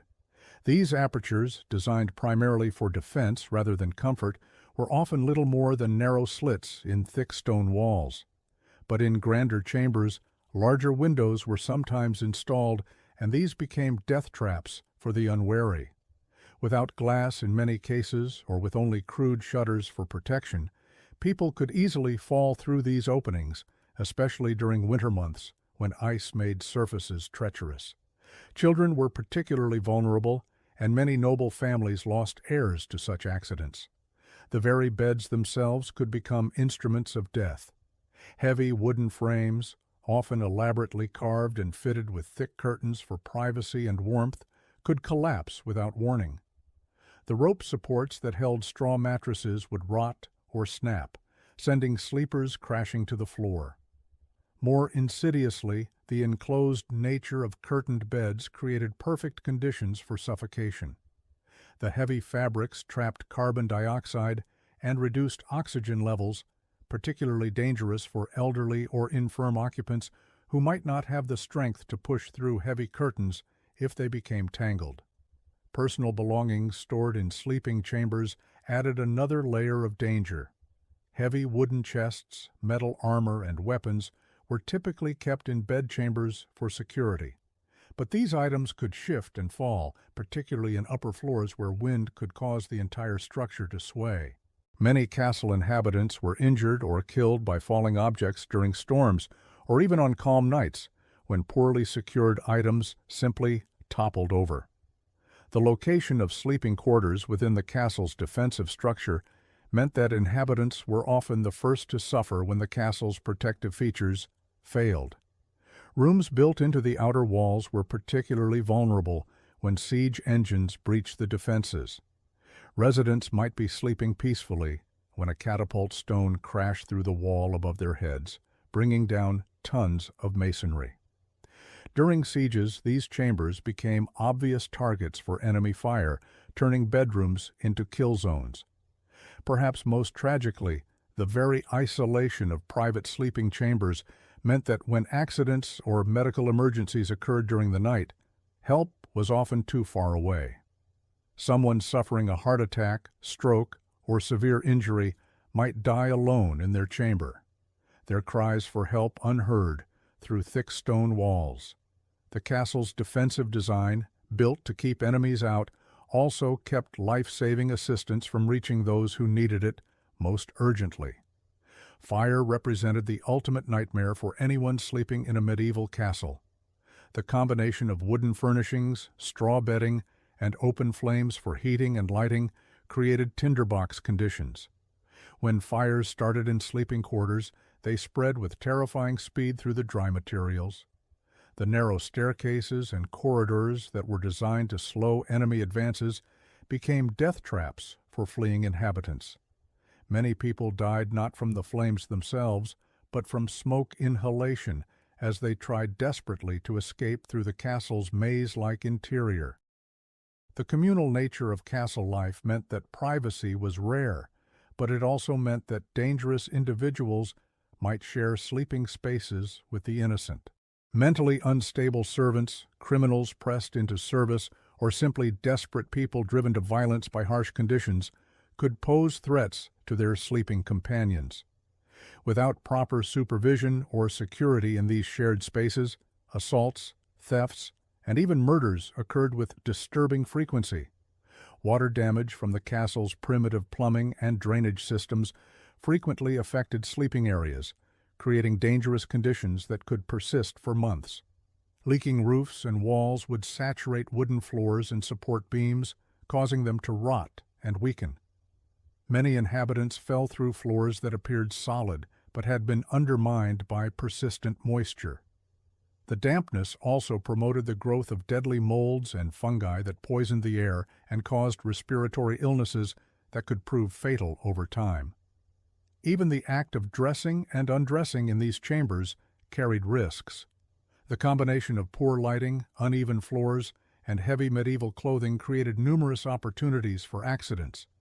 People would trip over their own robes, catch clothing on protruding stones or wooden splinters, or lose their balance while putting on heavy boots or armor. These seemingly minor mishaps could result in serious injuries, particularly when they occurred near open windows or steep stairs. The psychological toll of sleeping in such dangerous conditions cannot be understated. The constant awareness of potential threats created chronic stress and sleep deprivation among castle inhabitants. This exhaustion led to poor judgment and increased accident rates during the day, creating a vicious cycle where the dangers of nighttime affected daytime safety as well. Many people developed severe anxiety about sleeping, leading to insomnia that further compromised their health and decision-making abilities. For servants and lower-ranking inhabitants, sleeping arrangements were even more precarious. They might be assigned spaces in the most dangerous parts of the castle, such as near the kitchens where fire risk was highest, or in partially ruined sections where structural integrity was questionable. These individuals had no choice but to accept whatever accommodations were provided, regardless of the obvious dangers they presented. The seasonal nature of medieval life meant that sleeping conditions varied dramatically throughout the year, with each season bringing its own particular set of deadly hazards. Winter brought the risks of freezing, carbon monoxide poisoning from poorly ventilated heating, and ice-related accidents. Spring flooding could undermine foundations and create unstable sleeping areas. Summer heat could make upper chambers uninhabitable, forcing people into lower areas where other dangers lurked. Autumn storms could damage roofs and walls, sending debris crashing into sleeping quarters without warning. In the end, the simple human need for rest and sleep became yet another battlefield in the daily struggle for survival within medieval castle walls. Every night brought the possibility that sleep might become eternal, that rest might turn into death. The castle's inhabitants went to bed each evening knowing that they might not see another dawn, not because of enemy attack or siege, but because the very structure that was supposed to protect them had become their most intimate and persistent threat. In these fortresses where safety was supposed to reign supreme, even the most basic human activities carried the potential for sudden, unexpected death. Here's part 9 of the 12-part script for why medieval castles were death traps. As we've explored the countless hazards that plagued medieval castle life, from crumbling walls to contaminated water, there's one aspect of these fortresses that truly epitomize their deadly nature: the kitchens and food preparation areas. These spaces meant to sustain life became some of the most perilous environments within castle walls.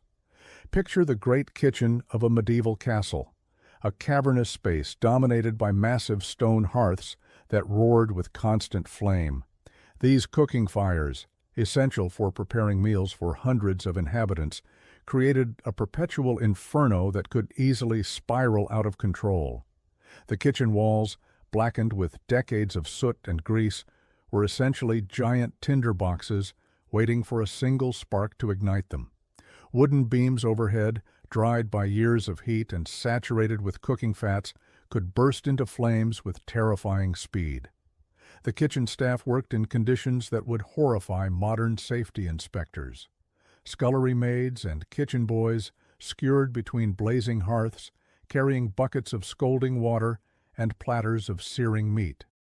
Burns were so common they were considered an occupational hazard rather than an accident. Many kitchen workers bore the permanent scars of their trade with hands and arms marked by countless encounters with hot metal, boiling liquids, and open flames. The very architecture of these kitchens created deadly traps, narrow doorways that could accommodate only one person at a time, became bottlenecks during emergencies.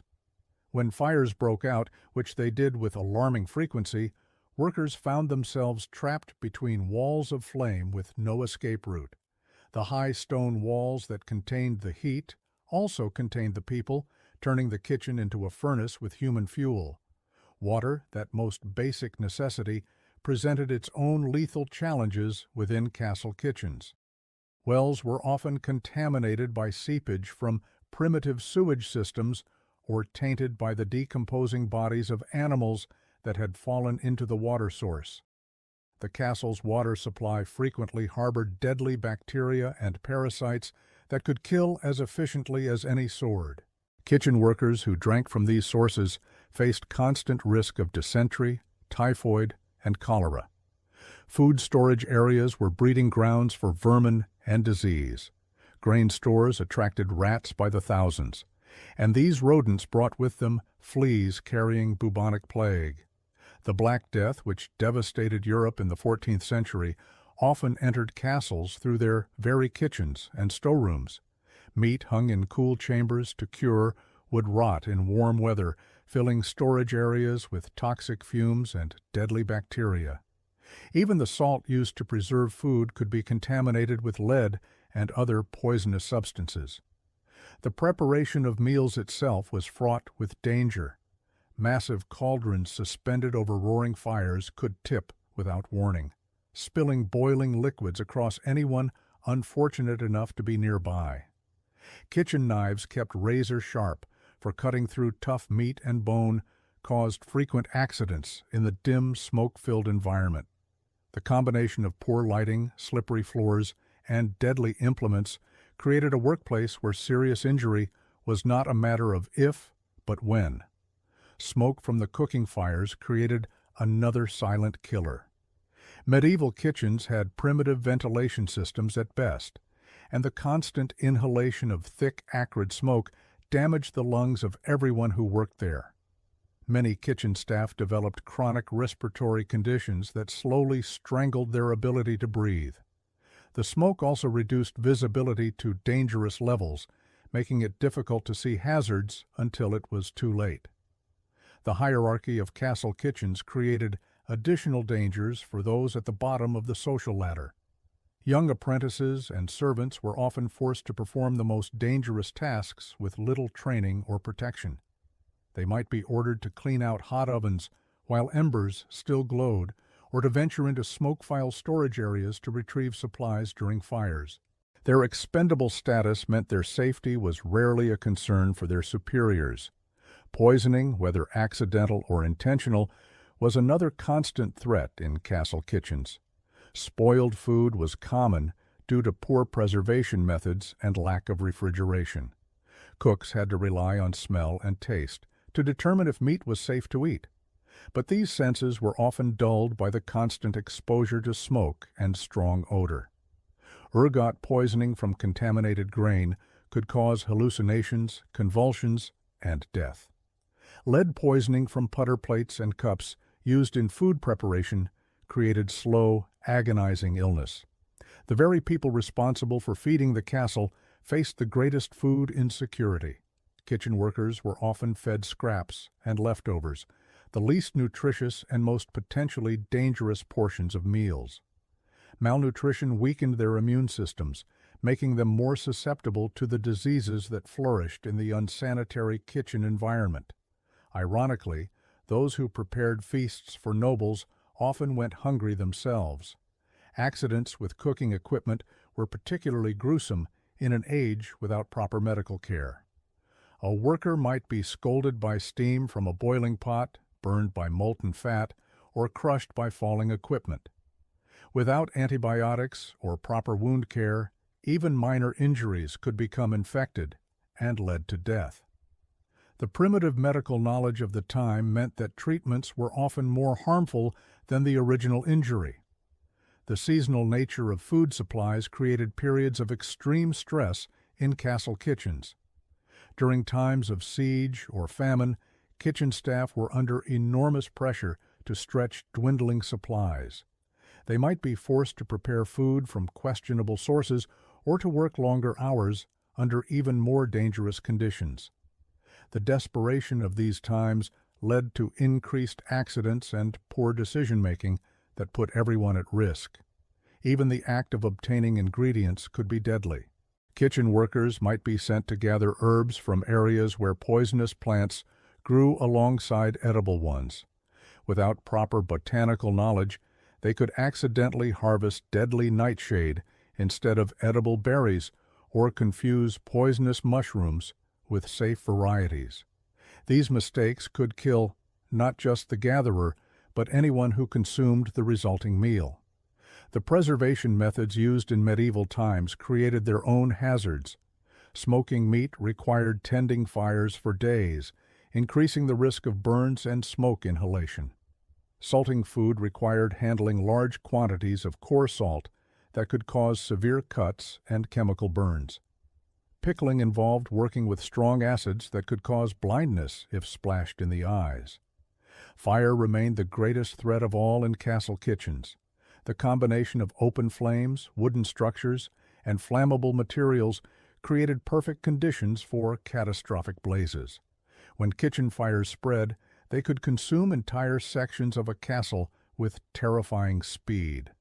The narrow staircases and corridors that led to and from kitchens became death traps as people struggled to escape the advancing flames. The psychological toll of working in such dangerous conditions cannot be underestimated. Kitchen workers lived in constant fear of injury, illness, or death. This stress weakened their immune systems and made them more prone to accidents. The high turnover rate in castle kitchens was due not just to the physical dangers, but to the mental exhaustion of living under such constant threat. Water-related accidents were particularly common in castle kitchens, wells, and systems. Essential for cooking and cleaning were often inadequately covered or protected. Kitchen workers regularly fell into these water sources while drawing water in dark or icy conditions. The weight of full water buckets caused many to slip on wet stone floors, leading to broken bones and head injuries that could prove fatal. The irony of medieval castle kitchens was profound. The very spaces designed to sustain life became some of the most lethal areas within these fortifications. The daily necessity of preparing food transformed into a deadly gamble where workers risked their lives to feed others. These kitchens embodied the fundamental contradiction of medieval castles themselves, structures built for protection that became monuments to human suffering and death.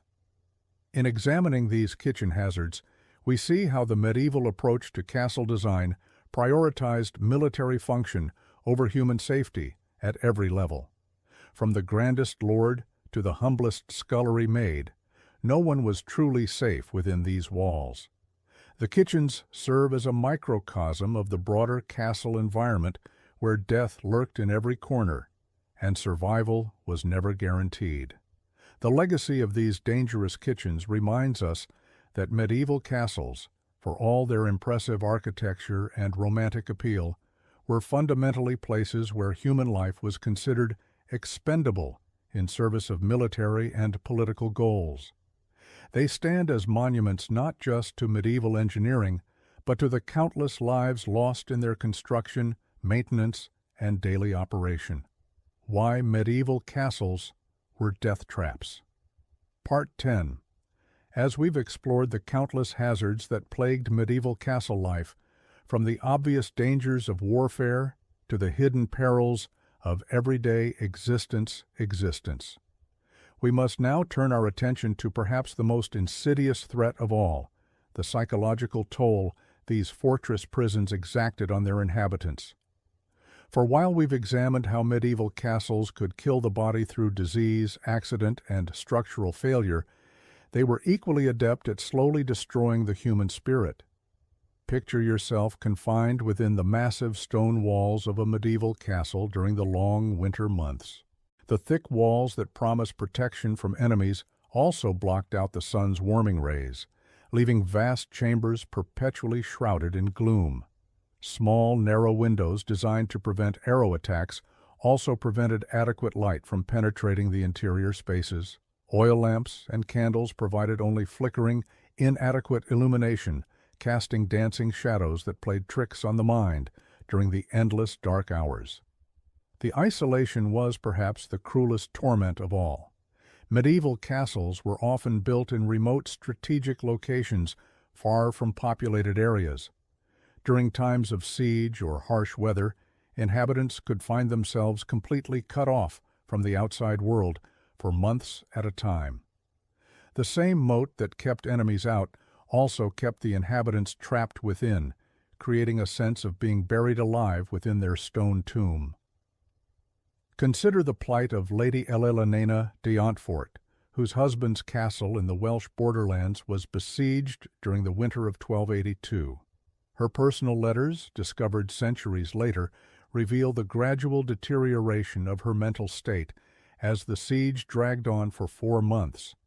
Initially defiant and hopeful, her correspondence grew increasingly desperate and disjointed as the weeks passed. She wrote of hearing voices in the walls, of shadows moving in her peripheral vision, and of an overwhelming urge to throw herself from the castle's highest tower just to escape the suffocating confinement. The constant fear was another psychological poison that infected castle life. Even during peacetime, the very design of these fortresses served as a daily reminder of the violence that could erupt at any moment. Murder holes gaped overhead like hungry mouths. Arrow slits watched like sinister eyes. The portcullis hung like an executioner's blade, ready to crash down and trap inhabitants within or without. Living surrounded by such reminders of death and warfare took a profound toll on the human psyche.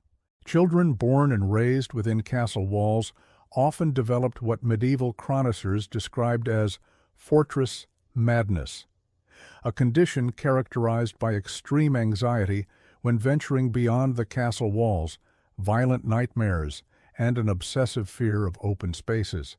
These young souls, who should have been playing in meadows and exploring forests, instead grew up in a world of stone corridors and defensive positions, their natural development stunted by the oppressive environment. The air itself within these stone monuments became a psychological weapon. Poor ventilation meant that the atmosphere grew thick and stifling, particularly in the great halls where large numbers of people gathered. The smell of unwashed bodies, spoiled food, animal waste, and general decay created a perpetual miasma that clouded the mind and depressed the spirits. Many inhabitants reported feeling constantly drowsy and confused, unable to think clearly in the fated atmosphere: sleep. That most basic human need became a torment rather than a relief within castle walls. The stone chambers amplified every sound, footsteps echoing through corridors, wind howling through arrow slits, the groaning and settling of massive stone blocks. What should have been restful slumber was instead broken by a constant symphony of unsettling noises that kept inhabitants in a state of perpetual nervous exhaustion. The social dynamics within these confined spaces created additional psychological pressures. Nobles, servants, soldiers, and craftsmen were all forced to live in extremely close proximity. Yet rigid social hierarchies prevented natural human interaction. Servants could be executed for speaking too freely to their betters. Knights could lose their positions for showing weakness or emotion. The constant need to maintain proper social facades while living cheek by jowl with dozens or hundreds of other people created enormous psychological stress. Women in particular suffered under the psychological burden of castle life. Often married off to secure political alliances, they found themselves imprisoned in cold stone towers, far from family and friends, surrounded by strangers who viewed them primarily as valuable assets rather than human beings. The Countess of Pembroke, whose diary survived from the early 14th century, wrote movingly of her despair at being trapped in what she called her stone coffin, watching the seasons change through her narrow window while feeling her youth and vitality slowly drain away. The religious atmosphere within many castles added another layer of psychological oppression. Castle chapels, with their grim depictions of hell and damnation, served as constant reminders of mortality and divine judgment. The frequent religious services, while intended to provide comfort, often focused on themes of suffering, sacrifice, and the brevity of earthly life. For inhabitants already struggling with the psychological burdens of castle life, these religious messages could deepen feelings of despair and hopelessness. Perhaps most disturbing were the reports of what medieval chroniclers called stone sickness, a gradual deterioration of mental faculties that seemed to affect long-term castle inhabitants. Symptoms included memory loss, difficulty concentrating, sudden violent outbursts, and a peculiar condition where sufferers claimed they could hear the stones themselves whispering. Modern historians have theorized that this condition may have been caused by a combination of factors, including poor air quality, lead poisoning from pipes and vessels, vitamin D deficiency from lack of sunlight, and the chronic stress of fortress life. The very architecture of medieval castles seemed designed to break the human spirit. Narrow, twisting staircases that left climbers dizzy and disoriented. Corridors that led nowhere, creating a maze-like confusion.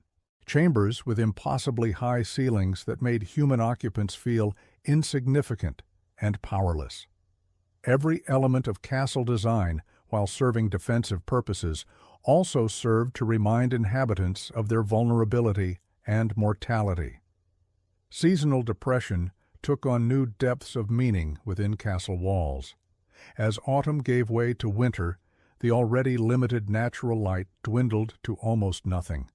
The thick stone walls, which retained cold as effectively as they retained heat, created internal temperatures that remained uncomfortably frigid regardless of the number of fires lit. Inhabitants reported feeling as though they were slowly freezing from the inside out, their very souls growing cold along with their bodies. The psychological impact extended beyond the castle walls themselves. Families and communities that depended on these fortresses lived in constant anxiety about the mental state of their lords and ladies. A psychologically unstable castle lord could make life or death decisions that affected hundreds or thousands of people. There are numerous historical accounts of castle lords who, driven mad by the stresses of fortress life, made increasingly erratic and dangerous decisions that ultimately led to the destruction of their domains and the death of their people. Even the supposed safety and security provided by castle walls came with a psychological cost. The knowledge that one's survival depended entirely on the strength of stone and mortar created a profound sense of vulnerability.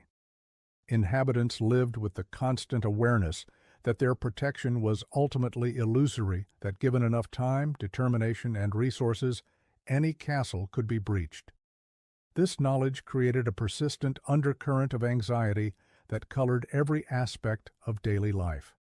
The cumulative effect of all these psychological pressures was devastating. Medieval records are filled with accounts of castle inhabitants who simply gave up the will to live, wasting away despite having adequate food and shelter. Others turned to alcohol or other substances to numb their psychological pain, only to find that these temporary escapes made their situations worse. Still, others became obsessed with death, spending their days composing elaborate funeral plans or building increasingly elaborate tombs. As we reach the conclusion of our examination of why medieval castles were death traps, we must acknowledge that these massive stone fortresses killed not only through obvious physical dangers, but also through the slow, insidious destruction of human psychological well-being. They were monuments to humanity's ingenuity in creating structures that could withstand siege engines and armies. Yet they were also testaments to our species' remarkable ability to create environments that were hostile to our own flourishing. The medieval castle stands as a stark reminder that survival and living are not the same thing. While these fortresses may have kept their inhabitants alive in the narrow sense of preventing immediate death from enemy action, They simultaneously created conditions that made truly living with joy, freedom, and psychological health nearly impossible. In their single-minded focus on military effectiveness, medieval castle builders created structures that were as much prisons as they were protections, death traps that killed the spirit even as they preserved the body. In understanding these psychological dimensions of castle life, we gain a deeper appreciation for the true cost of medieval warfare and the heavy price paid by those who lived within these stone monuments to human conflict. The medieval castle was indeed a death trap, but perhaps its most insidious quality was its ability to trap not just the body, but the very essence of what makes us human.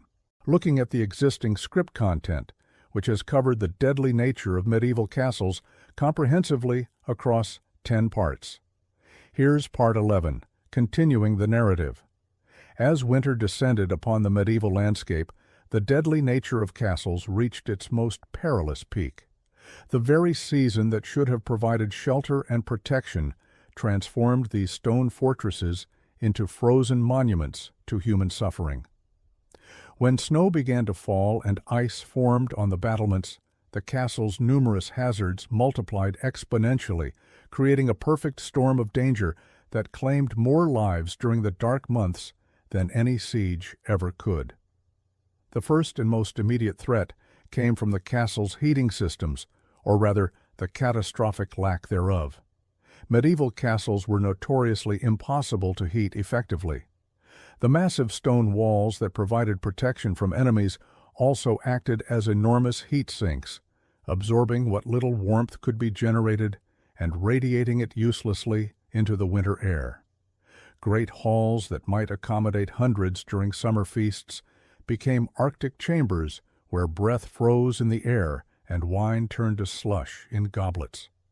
The central hearths, while impressive in scale, were woefully inadequate for heating such vast spaces. These enormous fireplaces consumed tremendous quantities of wood, but heated only the immediate area around them beyond a radius of perhaps 10 ft. The temperature dropped precipitously, creating dangerous thermal gradients that could cause rapid onset hypothermia in anyone who ventured too far from the flames.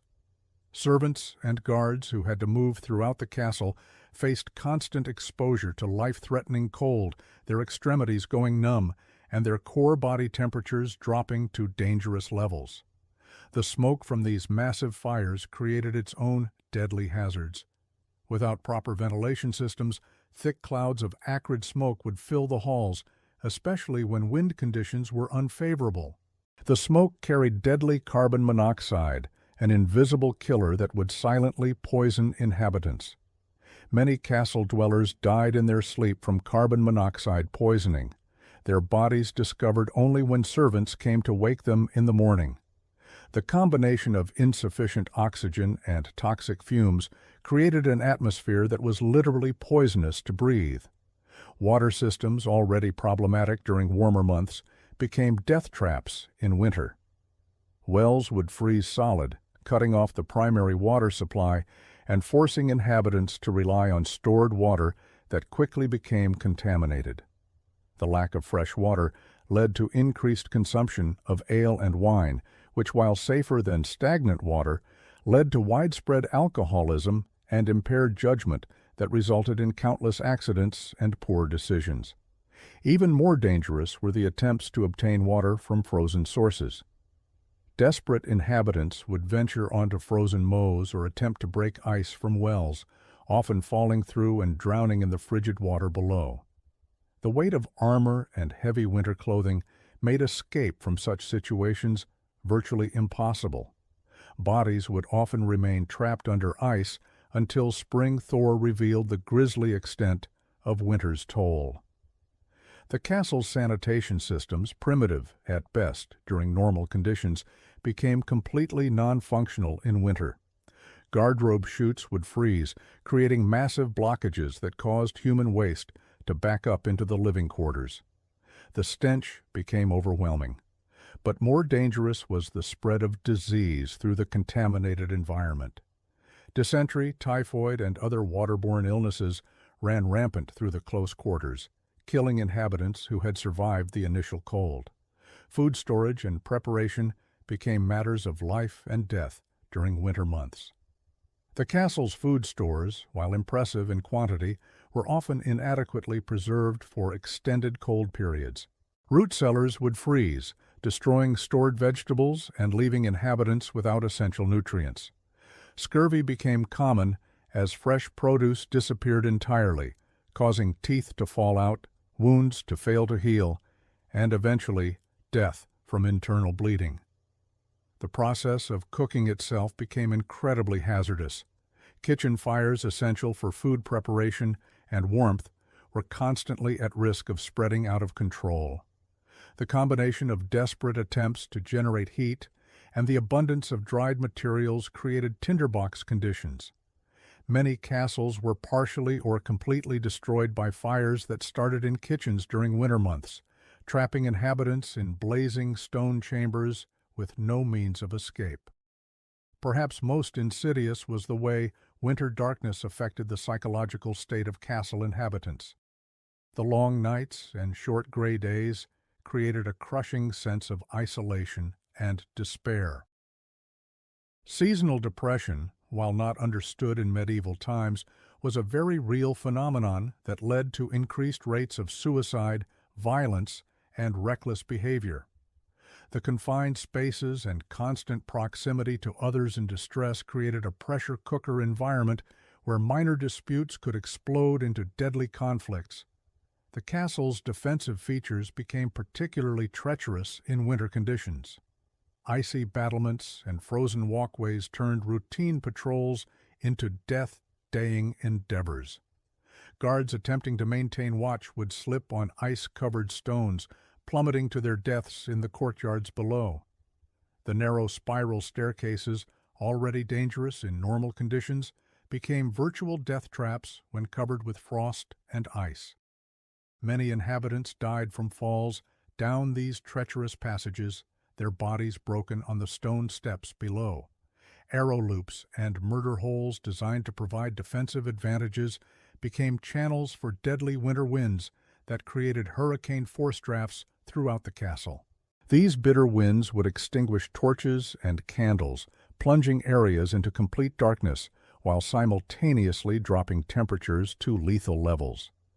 The constant exposure to these bone-chilling drafts led to frostbite, pneumonia, and eventual death for many castle dwellers. The structural integrity of castles was severely compromised by winter conditions. The freeze-thaw cycle would force water into tiny cracks in the masonry, then expand as it froze, gradually splitting stones and weakening walls. This process, repeated over many winter cycles, led to sudden collapses of walls, roofs, and entire sections of castles. Inhabitants had no warning when centuries-old stones finally gave way, crushing anyone unfortunate enough to be beneath them. Storage areas became particularly dangerous during winter months. Grain stores, essential for survival, were often located in the coldest parts of the castle to prevent spoilage. However, these areas became so cold that spending any extended time in them could be fatal. Servants sent to retrieve supplies would sometimes be found frozen to death among the grain sacks, their bodies preserved by the very cold that was meant to protect the food. The psychological toll of winter confinement cannot be overstated. Castle inhabitants already dealing with the stress of potential warfare and daily survival found themselves trapped for months in increasingly desperate conditions. The combination of cold, hunger, disease, and isolation drove many to madness. Historical records speak of inhabitants who simply walked out into blizzards, preferring a quick death by freezing to the slow agony of winter castle life. Medical care, primitive under the best of circumstances, became virtually non-existent during winter months. Herbs and medicines would freeze and lose their potency, while the castle's physician, if there was one, was often among the first casualties of winter diseases. Without proper medical intervention, minor injuries became infected and gangrenous in the cold, damp conditions, leading to amputations or death. The daily routines that sustained castle life during warmer months became impossible to maintain in winter. Religious services essential for maintaining morale were often canceled due to the impossibility of heating the chapel. The lack of spiritual comfort compounded the physical misery, leaving inhabitants without the psychological support they needed to endure the harsh conditions. Even the most basic human needs became sources of danger. Using a garter robe in winter conditions was not only uncomfortable, but potentially fatal, as the extreme cold could cause immediate hypothermia. Many chose to use chamber pots instead, but the accumulation of human waste in living quarters created unsanitary conditions that bred disease and death. The castle's livestock, essential for food and materials, suffered tremendously during winter months. Animals would freeze to death in their stalls, depriving inhabitants of fresh meat, milk, and eggs. The death of horses was particularly catastrophic, as it eliminated any possibility of escape or communication with the outside world. Dead animals would often remain frozen in place until spring, creating additional health hazards as they eventually thawed and decomposed. Water for drinking, cooking, and cleaning had to be melted from snow and ice, a process that required constant fires and tremendous amounts of fuel. The competition for wood became so fierce that furniture, doors, and even structural elements were sometimes burned for warmth, further compromising the castle's integrity and livability. The isolation imposed by winter weather meant that any serious emergency became a death sentence for the entire castle population. If supplies ran low, if disease broke out, or if structural damage occurred, there was no possibility of outside assistance until spring. Many castles that were thriving communities in autumn were discovered in spring to contain nothing but frozen corpses, mute testimony to winter's deadly embrace. The irony was profound and tragic. These massive stone fortresses, built at enormous cost and effort to protect their inhabitants from human enemies, became elaborate tombs during the very season when protection was most needed. The same thick walls that could withstand siege engines became prison walls that trapped inhabitants with cold, hunger, and disease. The same height that provided strategic advantage became a guarantee that any fall would be fatal. As spring finally arrived and the ice began to melt, the full horror of winter's toll would be revealed. Bodies would emerge from snowdrifts in courtyards.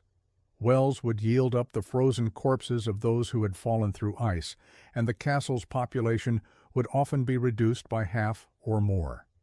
The survivors, weakened by months of privation and trauma, would face the enormous task of disposing of the dead and attempting to rebuild their shattered community. Medieval castles, these monuments to human ambition and engineering skill, were ultimately revealed as elaborate death traps that turned the natural cycle of seasons into an annual holocaust. The very features that made them impressive as defensive structures made them uninhabitable as human dwellings. Winter after winter, these stone fortresses claimed the lives of those they were meant to protect, proving that sometimes the greatest enemy was not an invading army, but the simple, relentless advance of winter itself. Looking at your medieval castle script summary and the reference materials, I'll create Part 12 that serves as a compelling conclusion to your series. Here's the script. Oh, yet perhaps the most chilling aspect of these medieval fortresses wasn't the immediate dangers they posed, but how they fundamentally warped the human psyche of those trapped within their walls.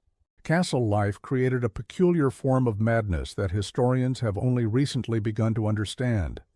A slow, creeping insanity born from the intersection of isolation, paranoia, and absolute power. Consider the psychological profile of a typical castle lord. Here was a man who lived in constant fear of assassination, revolt, or siege. Every meal could be his last, poisoned by a disgruntled cook. Every servant might be a spy for his enemies. The very walls that protected him also imprisoned him in a world of perpetual suspicion. Sleep became elusive when every shadow might conceal a dagger. Every footstep in the corridor could herald his doom. The isolation was perhaps worse than the fear. Castle lords often went months without seeing anyone outside their immediate household. They were cut off from the rhythms of normal life, from the simple pleasures of walking freely through a village or having an unguarded conversation with a stranger. This isolation bred a particular kind of narcissism and detachment from reality. Many lords began to see themselves as gods among mortals, their judgment infallible, their desires paramount. We see evidence of this psychological deterioration in the increasingly bizarre behaviors documented in castle records. Lords who demanded their food be tested by multiple tasters before each bite. Nobles who slept in different rooms each night, following no pattern that enemies could predict. Castle rulers who became convinced that birds were spying on them, ordering the systematic slaughter of every raven and crow within miles of their fortress. The servants and guards fared no better psychologically.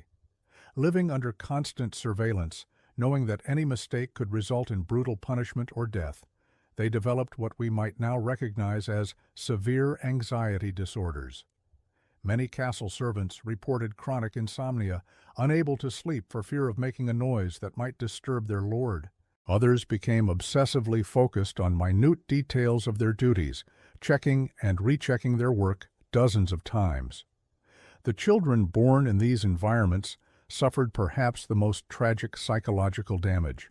Growing up surrounded by violence, paranoia, and death created adults who were fundamentally unable to trust or form healthy relationships. Many noble children were raised primarily by wet nurses and tutors, seeing their parents only during formal occasions.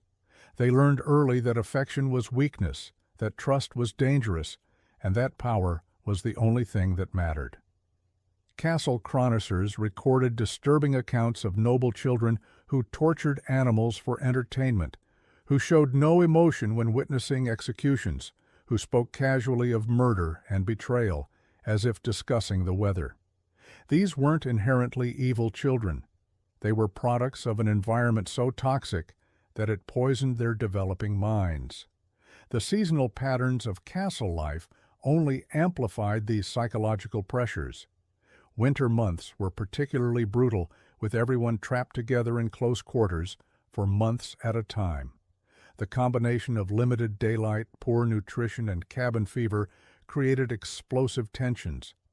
Castle records show that incidents of violence, both among servants and nobles, spiked dramatically during the winter months.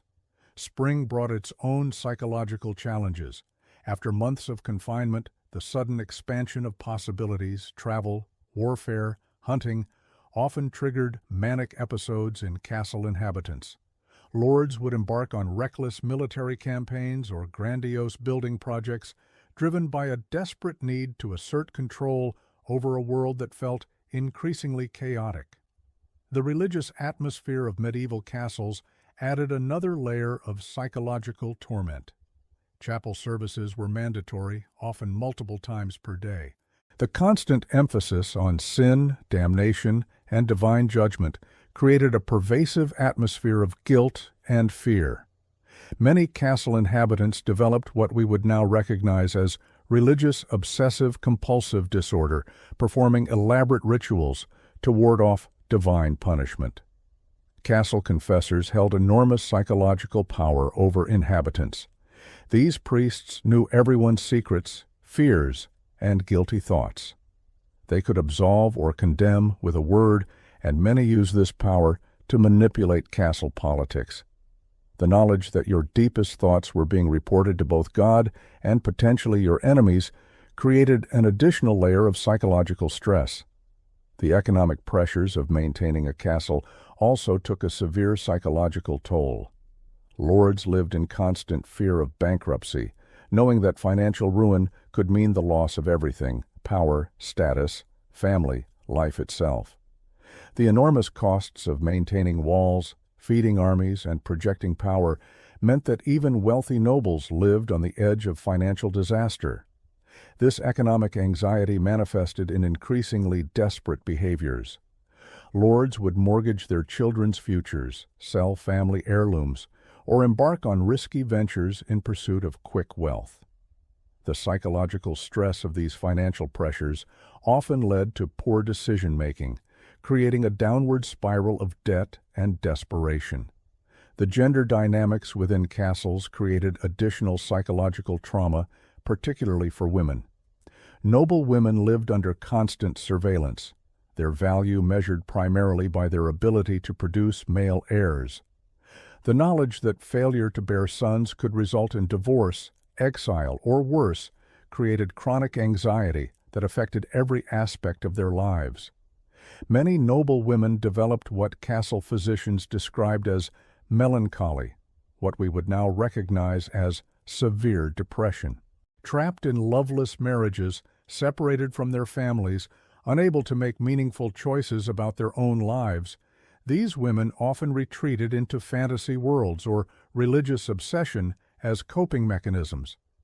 The servants who witnessed these psychological breakdowns often suffered secondary trauma. They watched their lords and ladies descend into madness, knowing that any attempt to help or intervene could be interpreted as insolence or treason. This created a culture of willful blindness, where obvious mental illness was ignored until it manifested in violence. The accumulated psychological damage within castle walls created a toxic environment that poisoned everyone it touched. Servants who managed to escape castle life often struggled to adapt to normal society. They remained hypervigilant, unable to relax, expecting violence or betrayal at any moment. Many former castle inhabitants never learned to form healthy relationships or trust others. The children of castle servants faced their own unique psychological challenges. They grew up witnessing extreme inequality, seeing how the accident of birth determined whether someone lived in luxury or squalor. This often created either deep resentment and revolutionary tendencies, or conversely, an acceptance of inequality so complete that they never questioned their own subjugation. Perhaps most tragically, the psychological damage inflicted by castle life was passed down through generations. Noble families developed patterns of dysfunction that persisted for centuries, cycles of violence, paranoia, and emotional detachment that shaped entire bloodlines. The very structures designed to preserve family power often destroyed the families themselves. The training of young knights within castle walls created its own form of psychological damage. Boys as young as 7 were sent away from their families to serve as pages, beginning a process of deliberate dehumanization designed to create perfect warriors. They were taught to suppress all emotion except anger, to view violence as the solution to every problem, and to measure their worth solely through their ability to kill. This knightly education created men who were superb fighters, but utterly incapable of functioning in peaceful society.